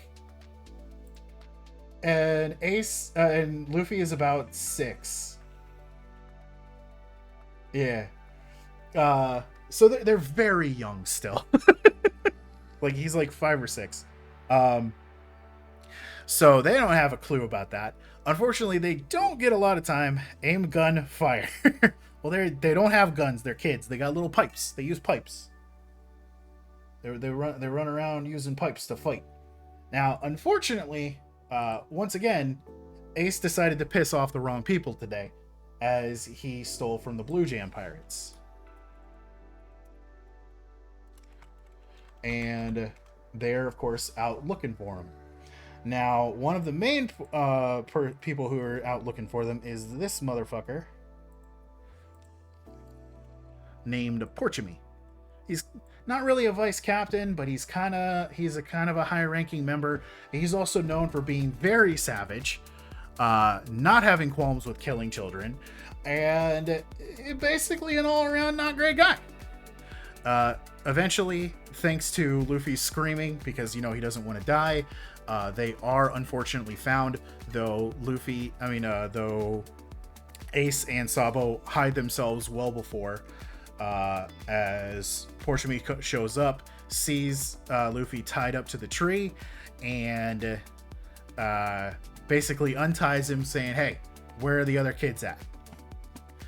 Now, they assume that he's going to squeal almost immediately. But Luffy, as we remember, while he is definitely an open book, when he understands that something is important, he will not talk about it unless he is told he can talk about it. And when asked where the treasure is kept, where's the money that Ace stole from us, just tell us where it is, he will not talk.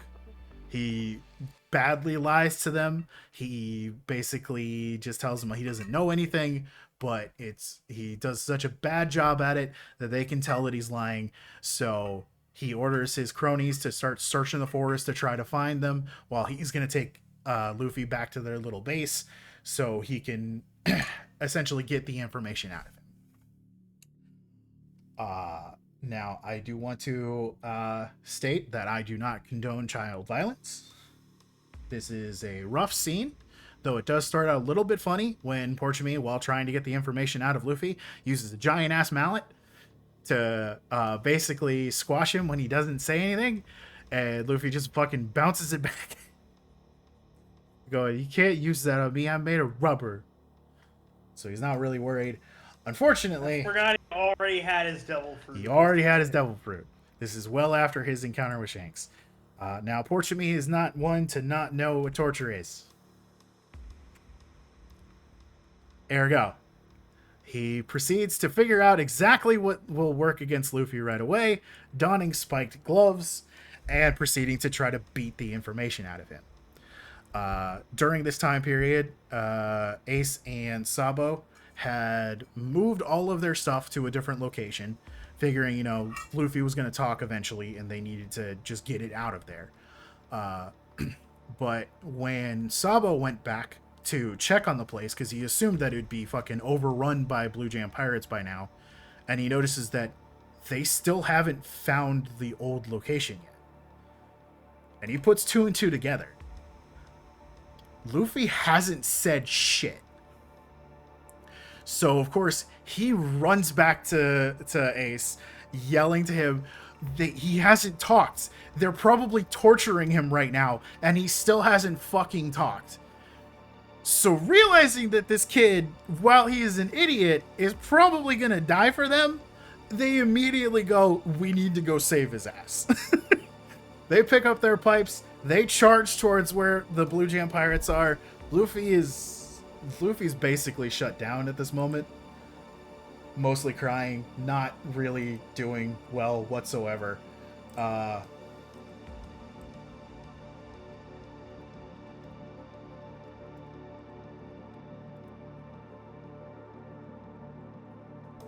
They, a little bit after, Porchimi, who is he is done with this whole situation, decides, fine, forget it.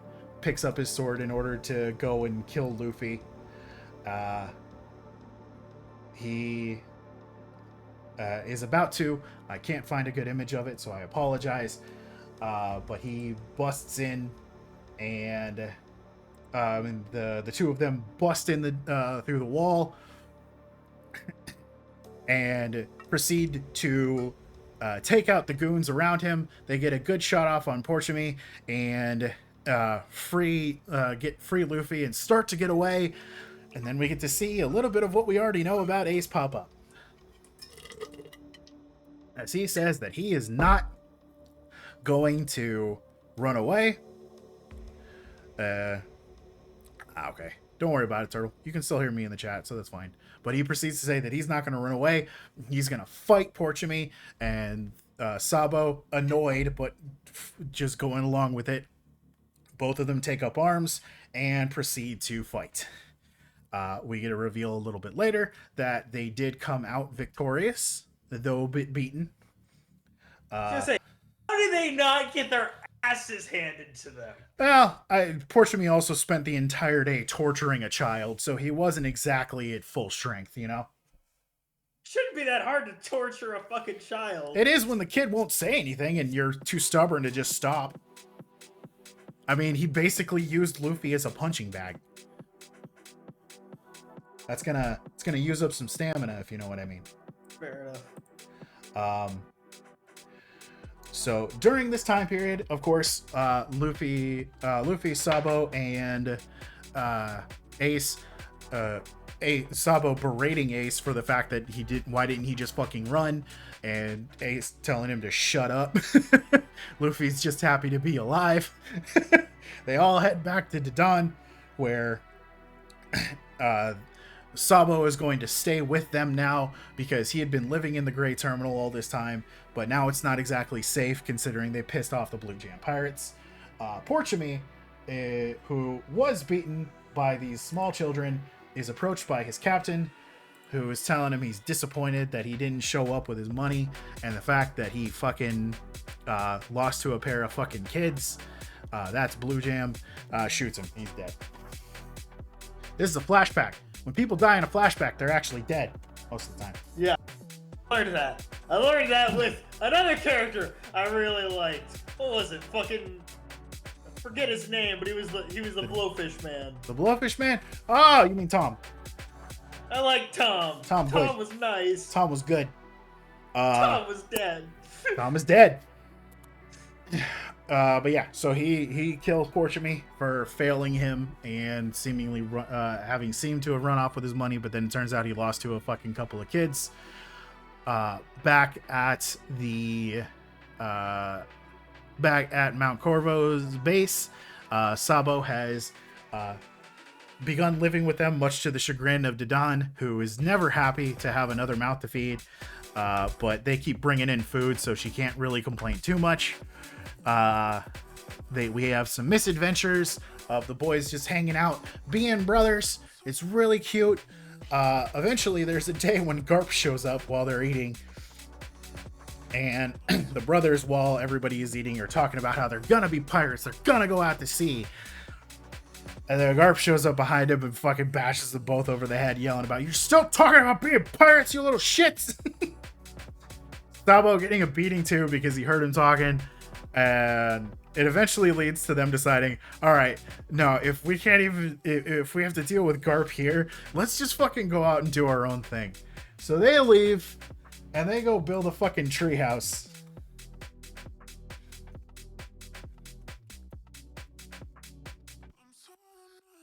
Out in the woods. It's fucking great. This is somebody's drawing. I don't want to use somebody's drawing. I guess I'm gonna have to use somebody's drawing. All right, well, I'm definitely gonna use the one that's got the person's name on it instead of the one that doesn't. But yeah, they build a nice little tree house out there. Thank you to Darth Shizuka from DeviantArt for your drawing. Appreciate it. And they also set up a flag on the top of the tree. This is a good old flag.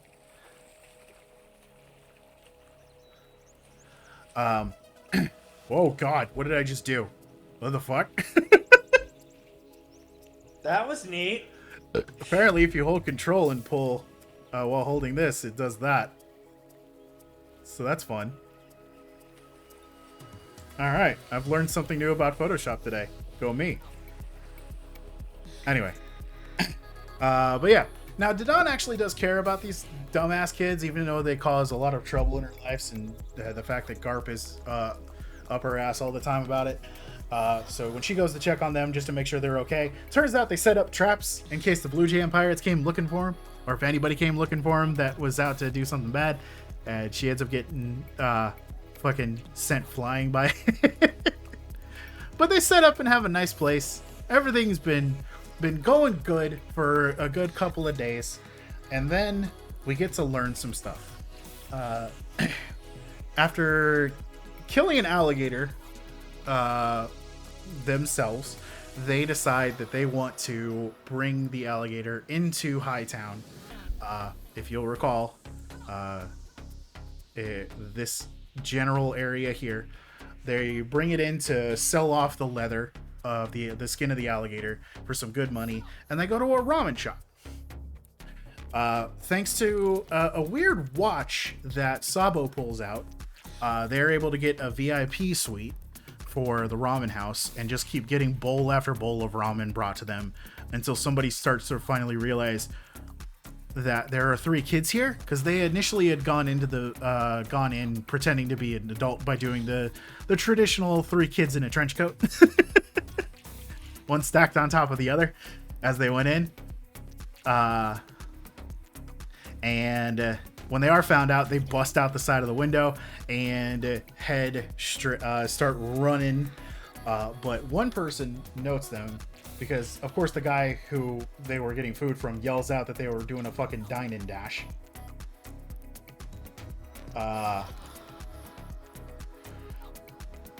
As one does. Yep. Is a man that looks like this. And this is the man. His name is Outlook the Third, which is hell of a name. That's Sabo's dad. As it turns out, Sabo is actually a noble born.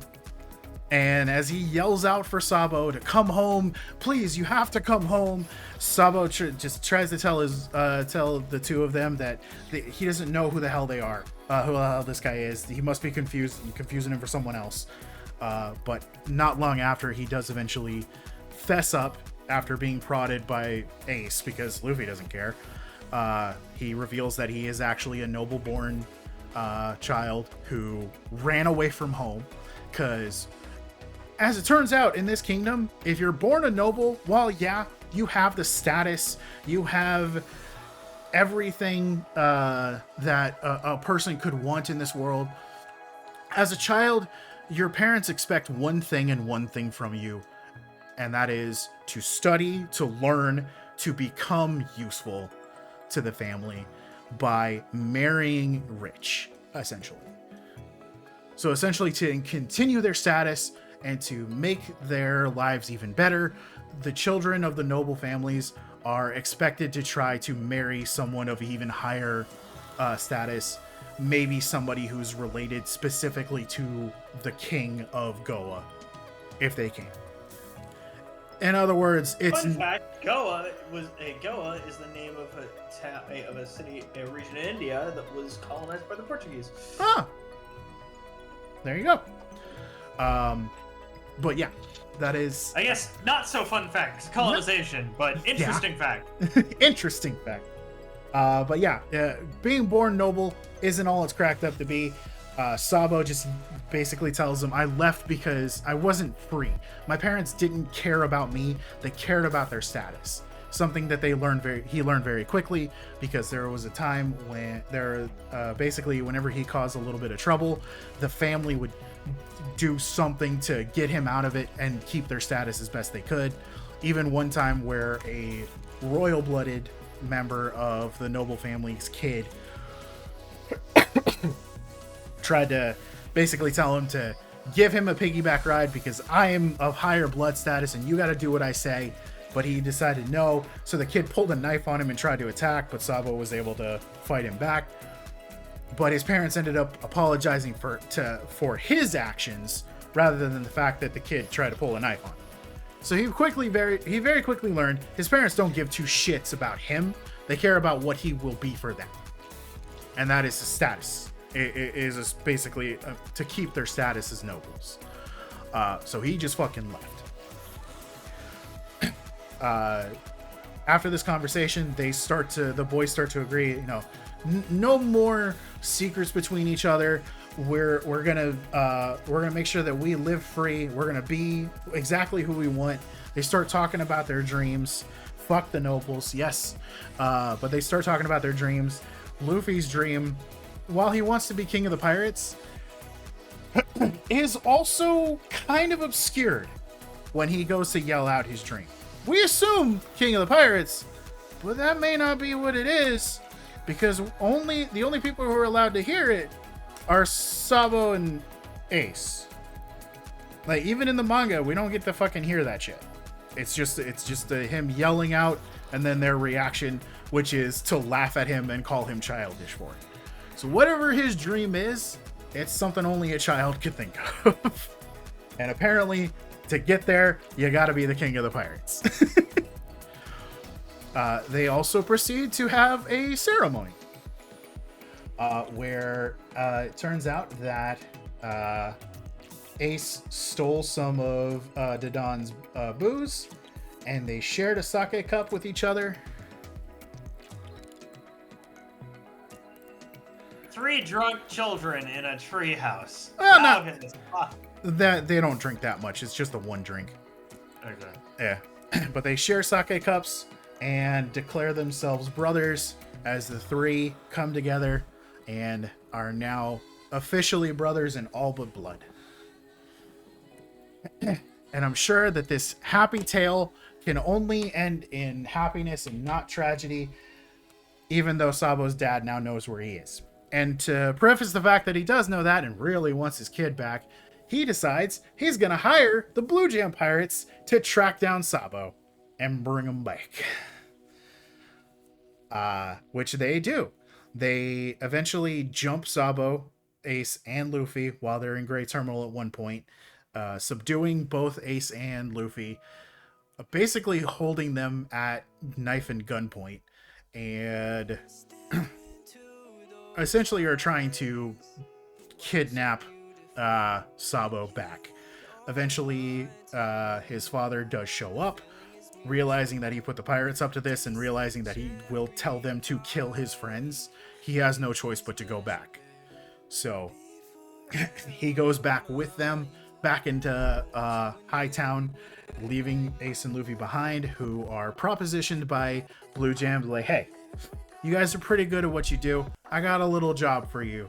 Why don't we do that, and maybe I won't kill you. And they, of course, knowing they kind of can't just go run away with it, they decide, fine. But they are worried about Sabo because they know that he hates his family. They are tasked with putting weird packages all throughout Great Terminal while Sabo is brought back.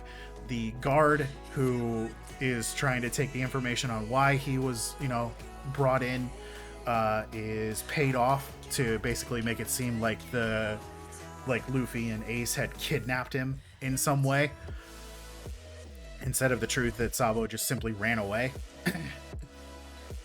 We also find out that he's got a new brother, and not a brother as in a baby that was born, a brother as in they adopted a kid while he was fucked off somewhere, by the name of Stelly.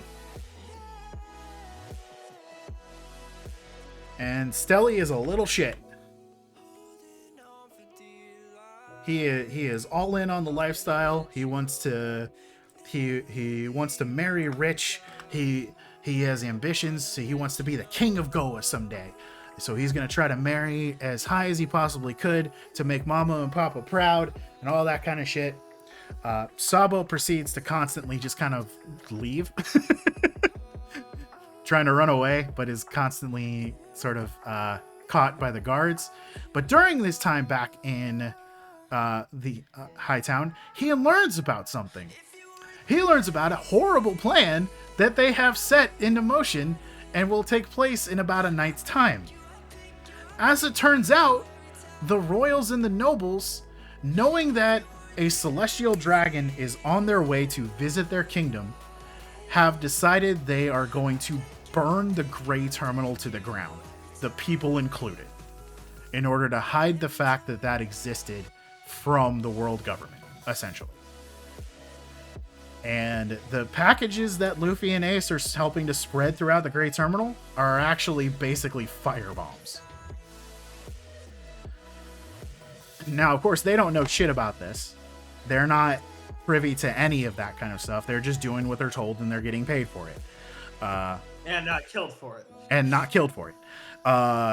Now, of course, Sabo, upon finding this out, at first doesn't believe it, because Stelly is the one who tells him, so obviously he must be lying. But when he goes out and goes around town talking to some of the nobles, they freely admit that this is about to happen.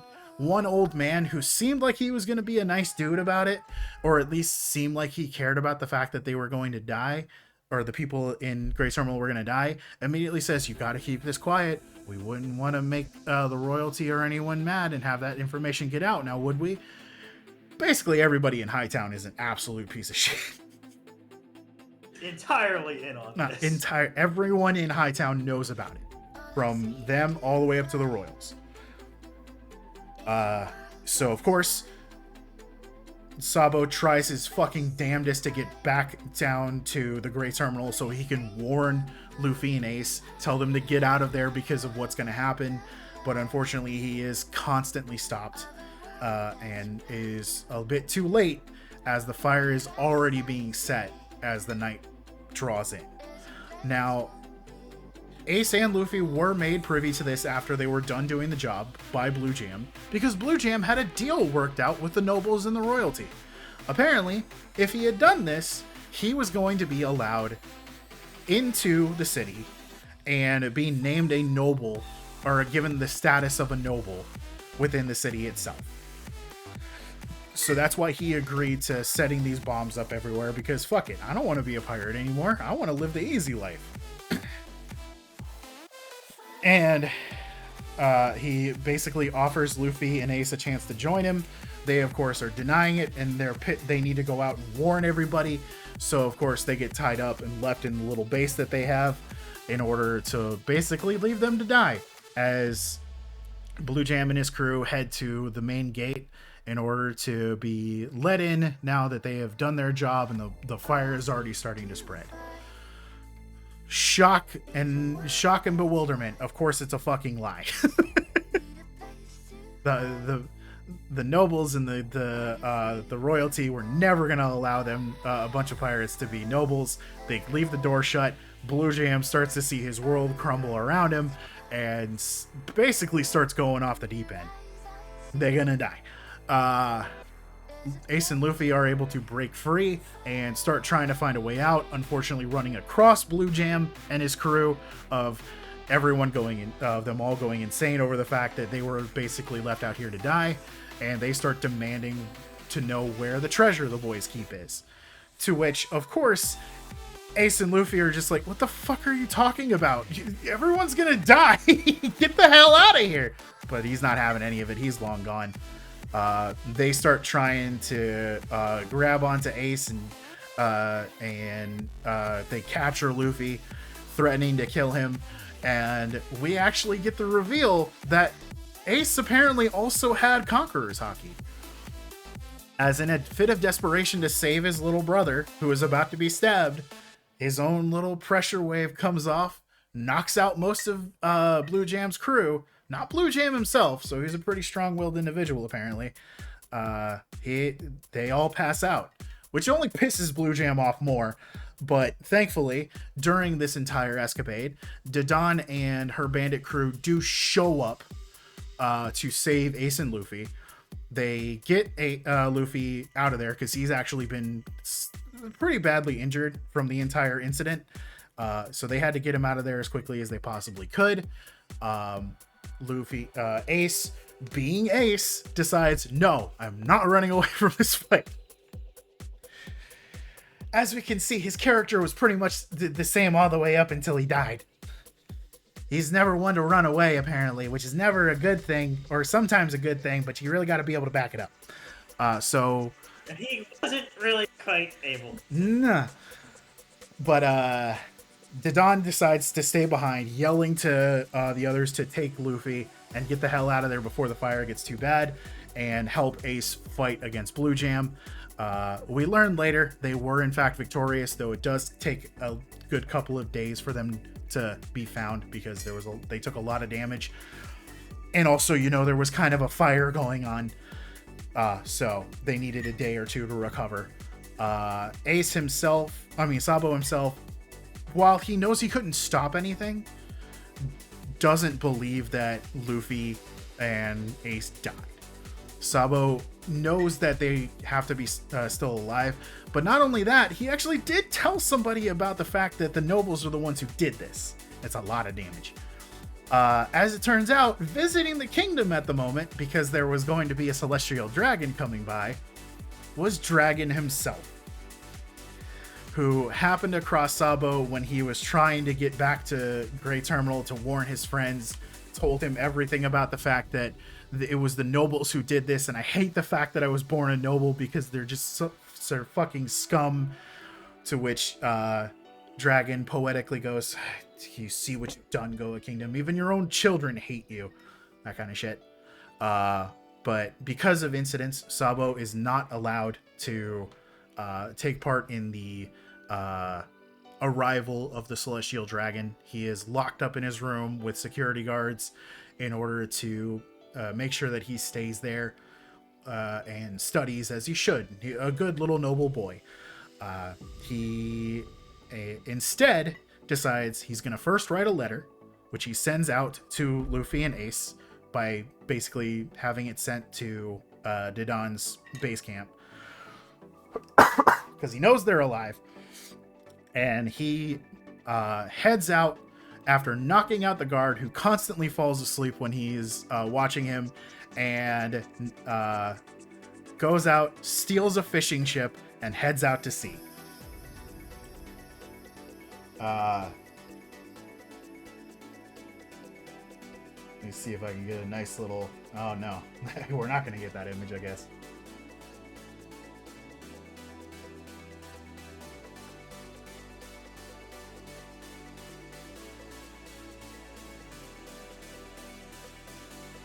Really? There's no images of that? Alright. Well, essentially, he steals somebody's little fishing ship while the world noble is being escorted by ship towards their port, where everybody is ready to accept them. Nobody really knows out here how a celestial dragon really is, apparently.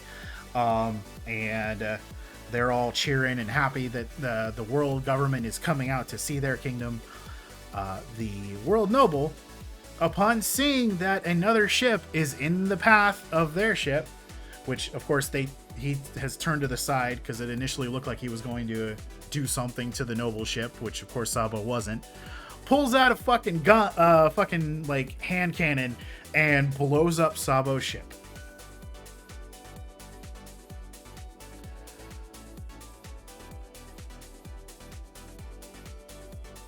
Now, I hope you weren't too attached to Sabo. God damn it. Because he dead.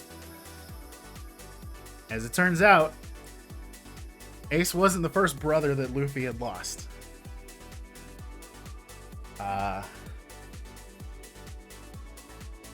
Now, of course, everybody is shocked by this, but this is the world nobles.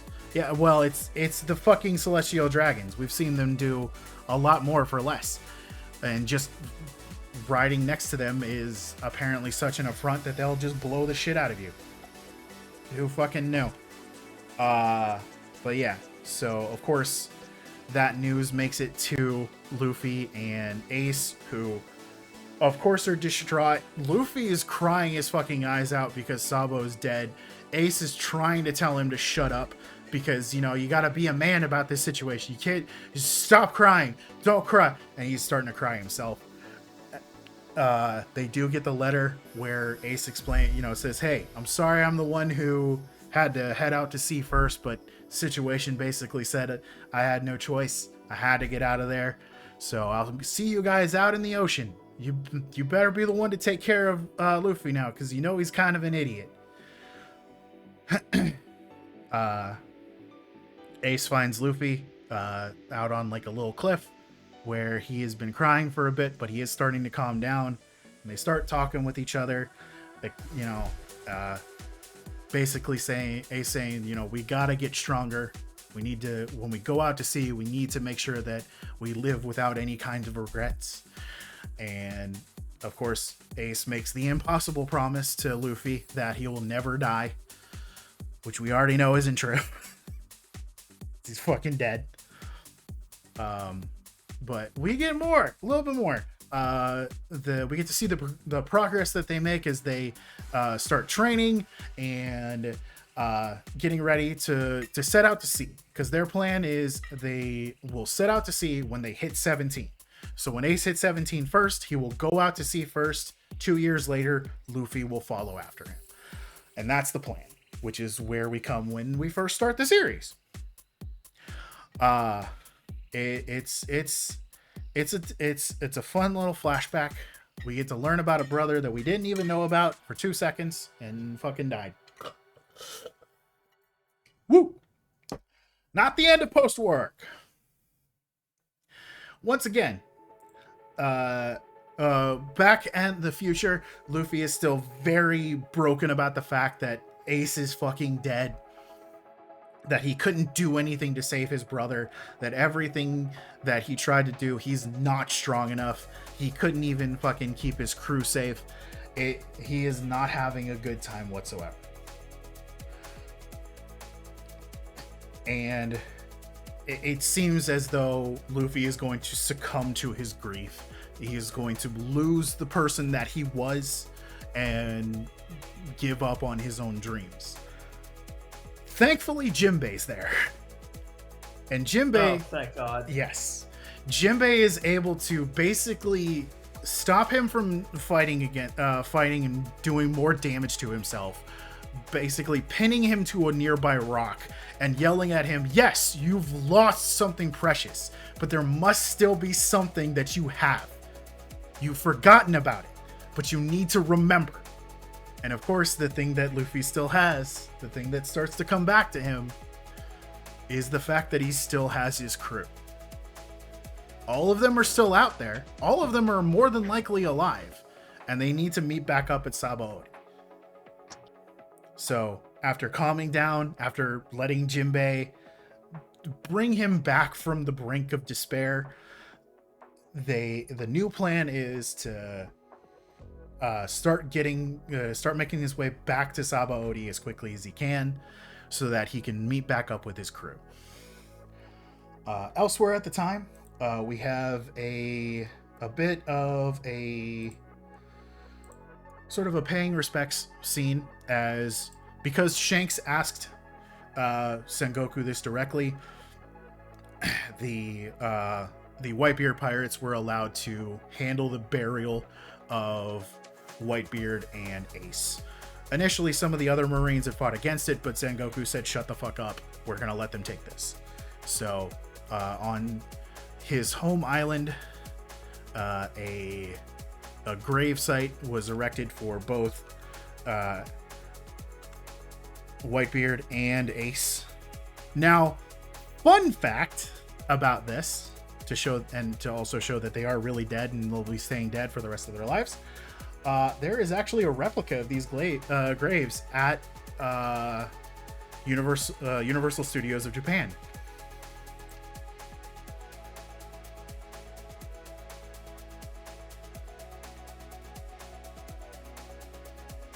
Ow! Yeah, that's how big One Piece is. Like there is a legit there is a legit fucking thing for them. Like it's a full remake of the stuff too, man. It's insane.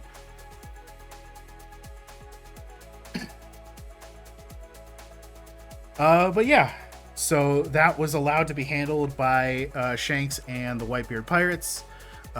Marco, of course, thanks Shanks for making it so that this can happen. And Shanks, says his goodbyes and heads off back out into the new world, because shit's about to get fucking crazy.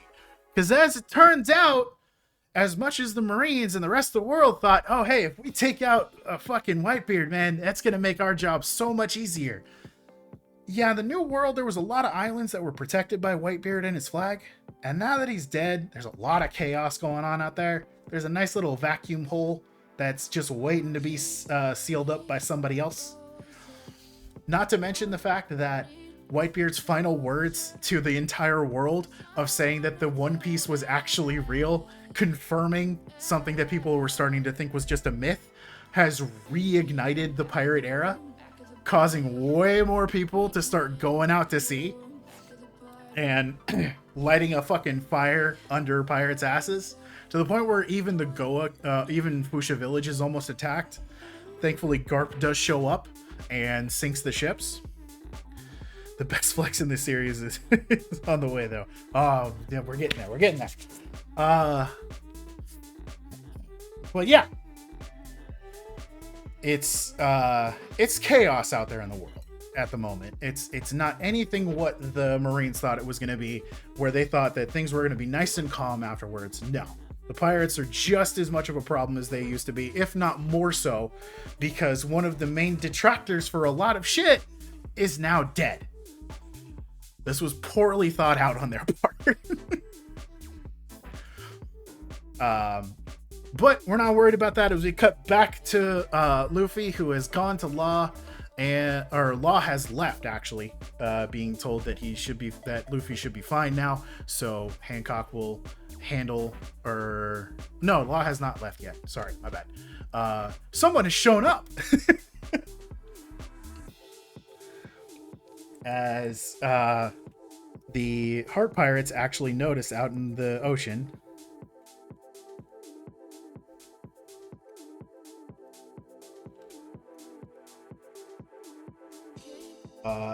that there's a bit of a kerfuffle happening out in the water. Some shit is moving around. They all of a sudden they see a massive sea king pop out of the water, beaten, bloody, and dying. And a few moments later, who should fucking roll out of the sea than the right-hand man of the king of the pirates himself,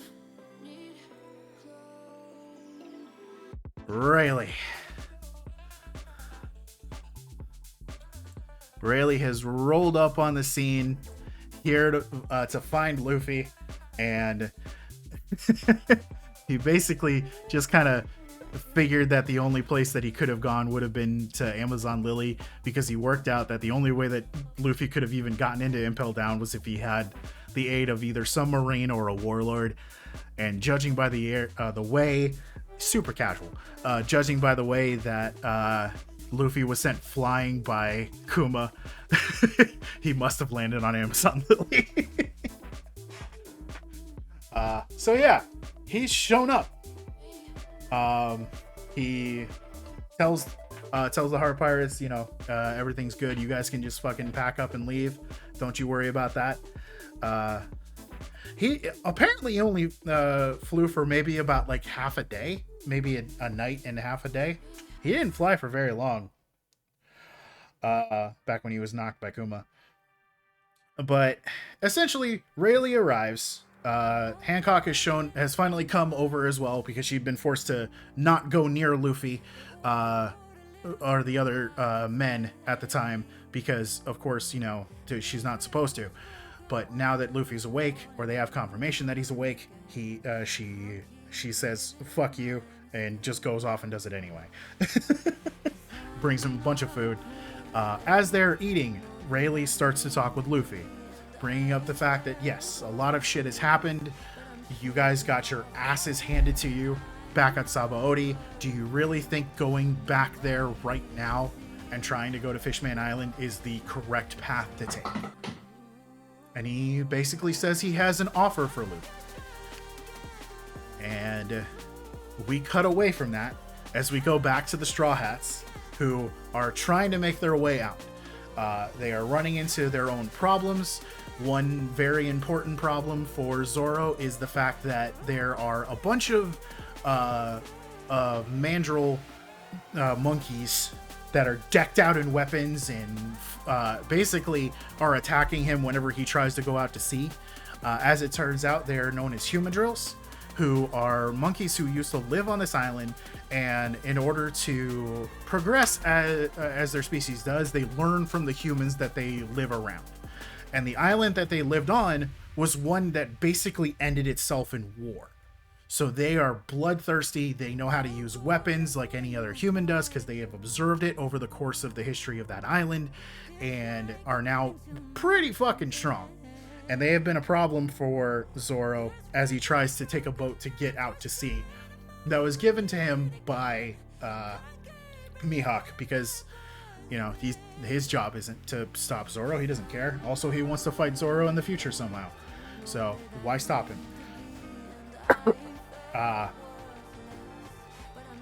But that's like the big thing that goes on with that.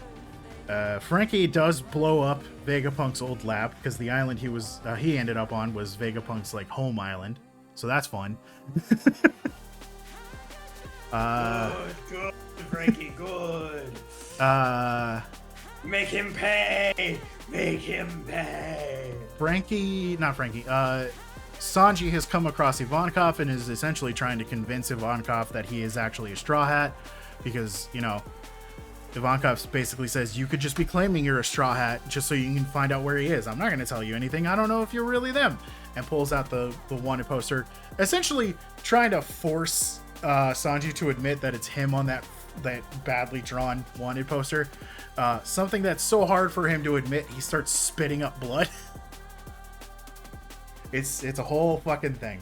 And even after admitting it, he's like, nah, I don't see it. And there's just a whole comedic scene going on there. Brook has been kidnapped by the Long Arm tribe that he was asked to help defeat by the lazy people of the island he ended up on. So that's fun. Chopper settled things between the humans and the birds on the island he ended up on and was actually working on, was getting a flight from one of the birds back to Sabaody. Let's see.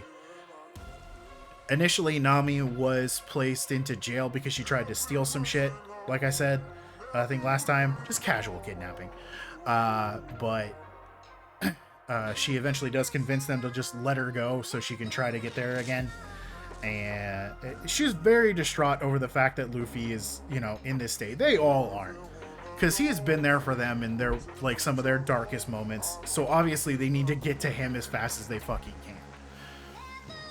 But then they all get newspaper articles. And they stop.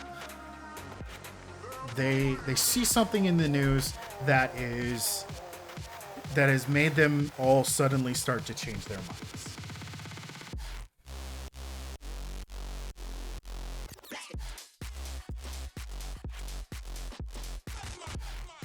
Oh, come on.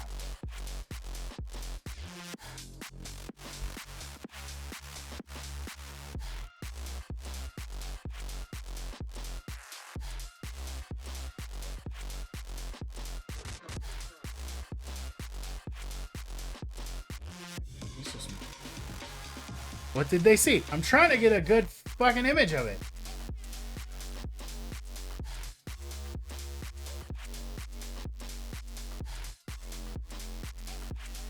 This will have to do. They saw God. No, they saw this in the newspaper. As it turns out, Luffy, accompanied by Jinbei and Rayleigh, went back to Marineford a few weeks later, raided the entire fucking place, where Luffy proceeded to run towards a bell known as the Ox Bell, rang it 16 times, and then went to a nearby crevice in order to basically drop a bouquet of flowers and stand there in a moment of silence. Which he waited until enough reporters took a picture of him, and it was printed and sent out into the newspaper. Now, do you remember how much time was supposed to pass for them to meet back up in Sabaody? Like 3 days? 3 days. I want you to take a very close look at this image and tell me what you see.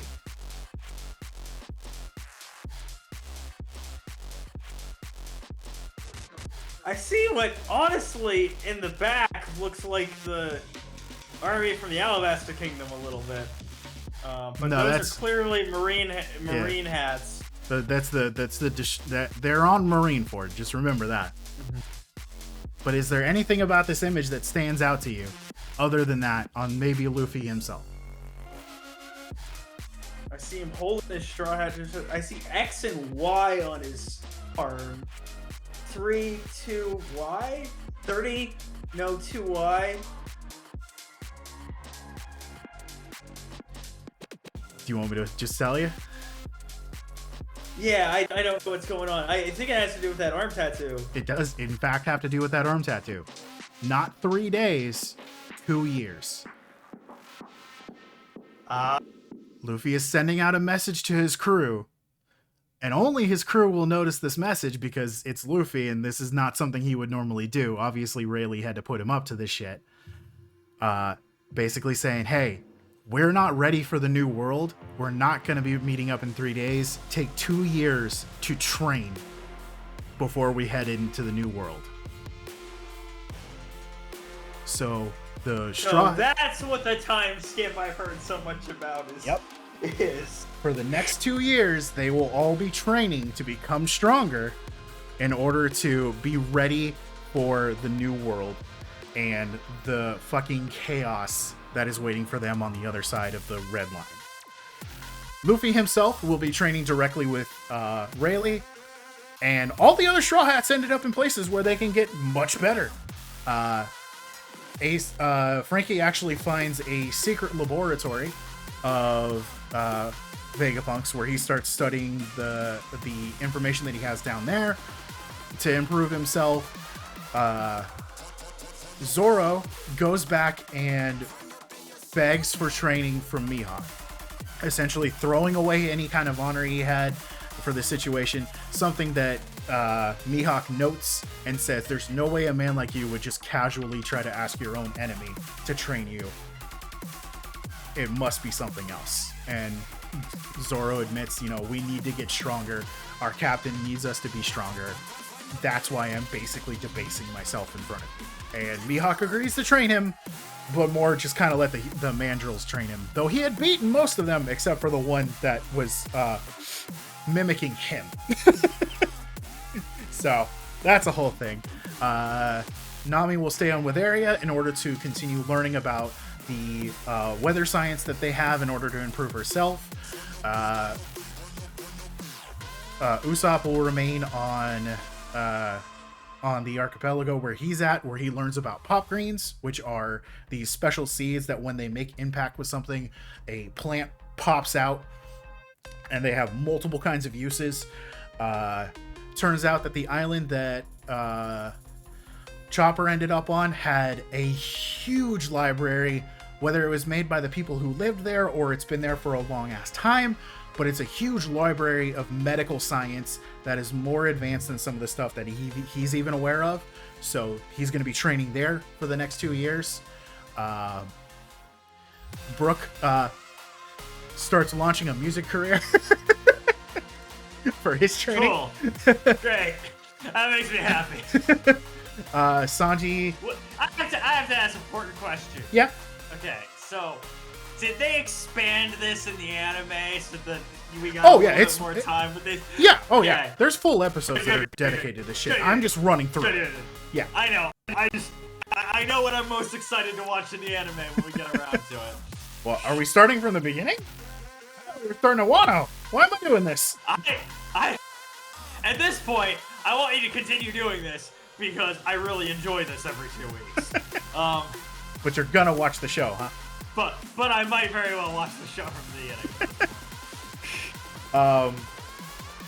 Sanji remains on Kamabaka Kingdom, as it turns out. It might be a thing where I watch like one arc of One Piece, then one series of something else, and then one arc of One Piece. But like, yeah, that's fair. I think you might have me at this point.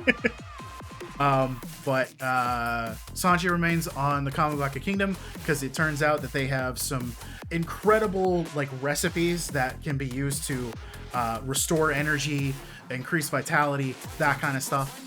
Where they just have such an understanding of cooking that you can even make somebody stronger with the type of food that you cook. So he's all in for that. Took fucking forever. I know. You've been ready to go for a while, Turtle. I mean, I'm not saying you convinced me overnight. Well, yeah, of course not. But, I think you did it. Yeah. Which, hey. Robin's situation has been solved because the revolutionaries came and basically invaded the camp, took down the main people that are in charge and shut it down. So the big bridge work camp is now gone, and she's going to stick it out with the revolutionaries for the next 2 years. So cool. She's going to hang out with Luffy's dad.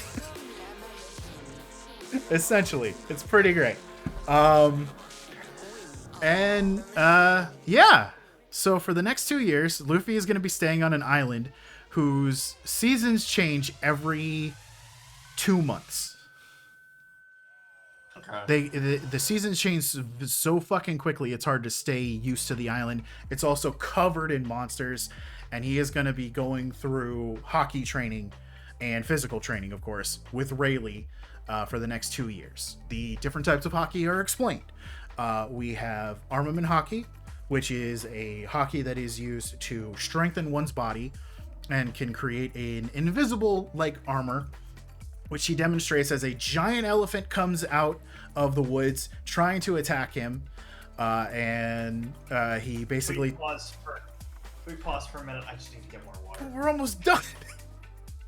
Yeah, you can take a minute. I was on a roll. Sir, look what he did.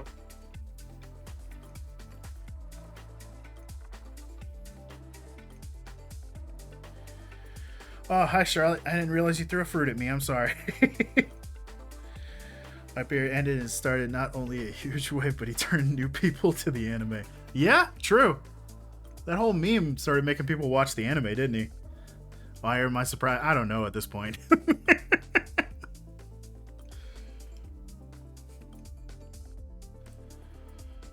Oh.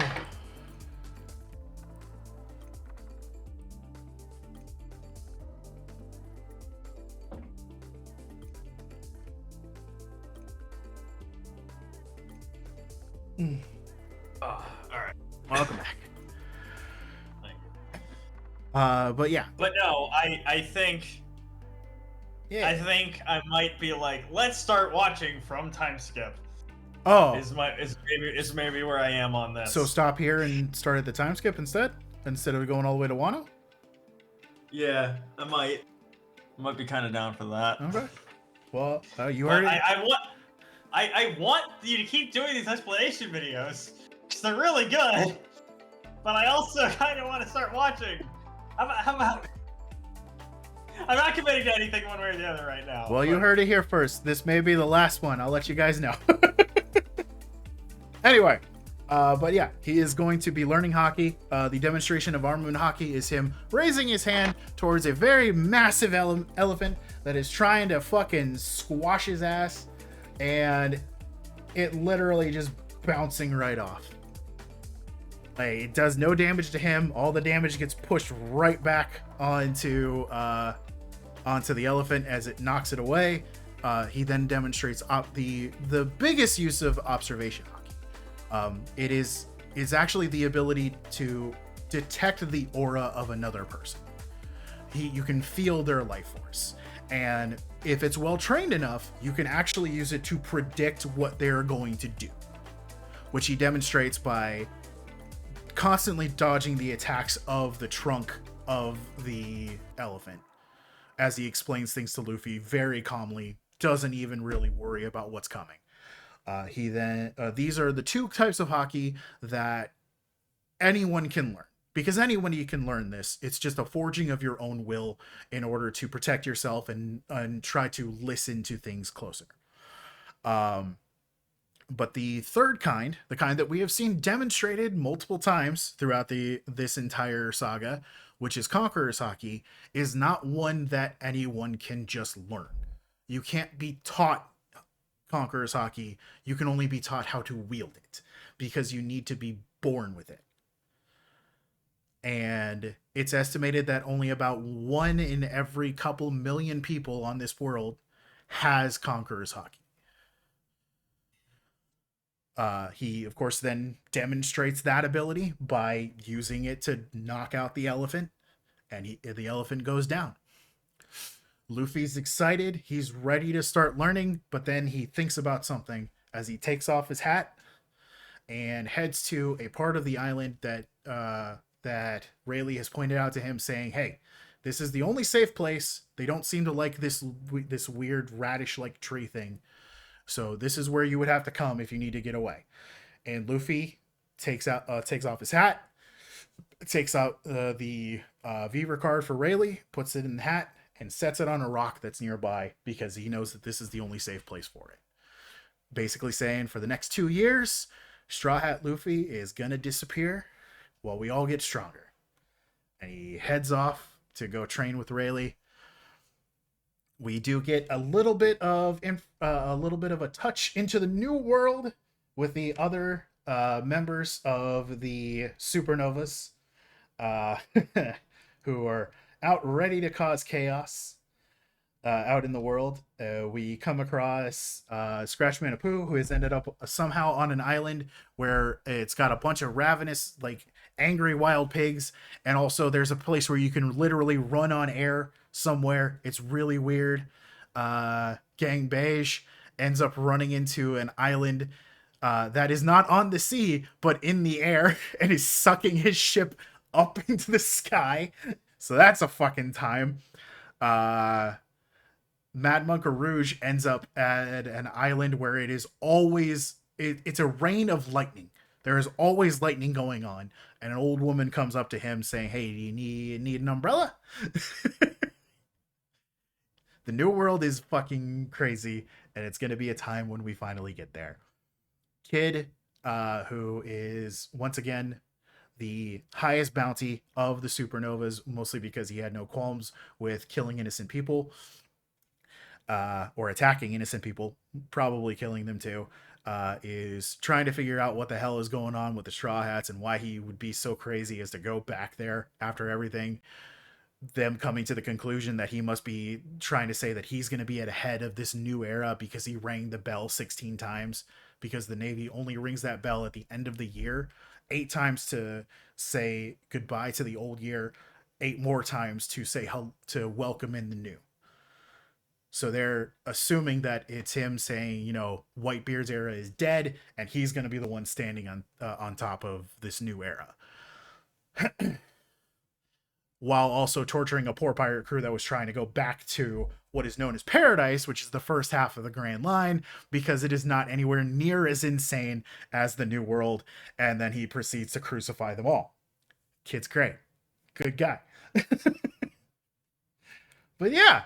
That is the end of the first half of this series, leading into what may be next time, what may not be next time. It's all up to King. The return to Sabaody and the Fishman Island arc. My throat hurts.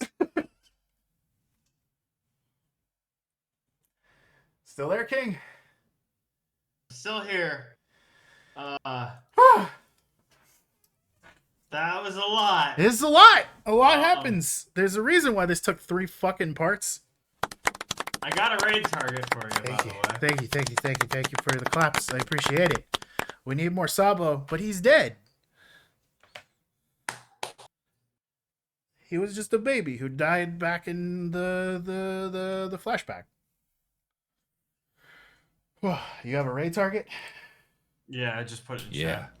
This is big brain time. Oh, Jim. Okay. Yeah. Hey, we He's are. playing Ark. He's playing Ark. Oh, no He's wonder. playing Ark. No wonder you want to write him.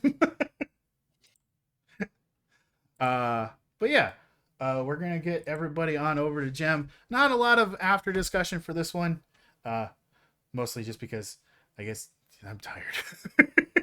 My throat hurts. Also, We finished that in really good time. I did. We like Not a lot of interruptions this time, thankfully.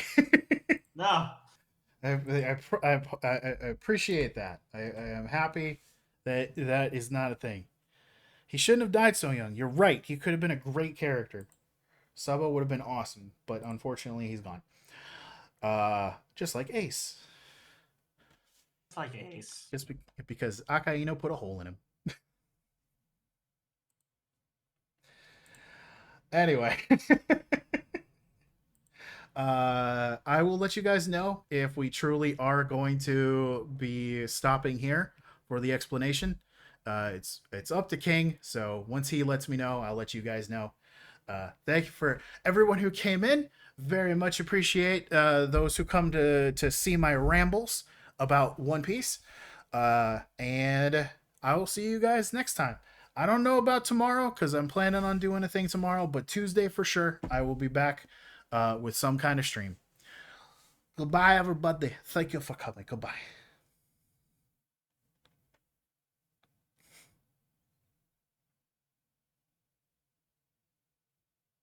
Bye bye. Got to get in here at the very end, huh?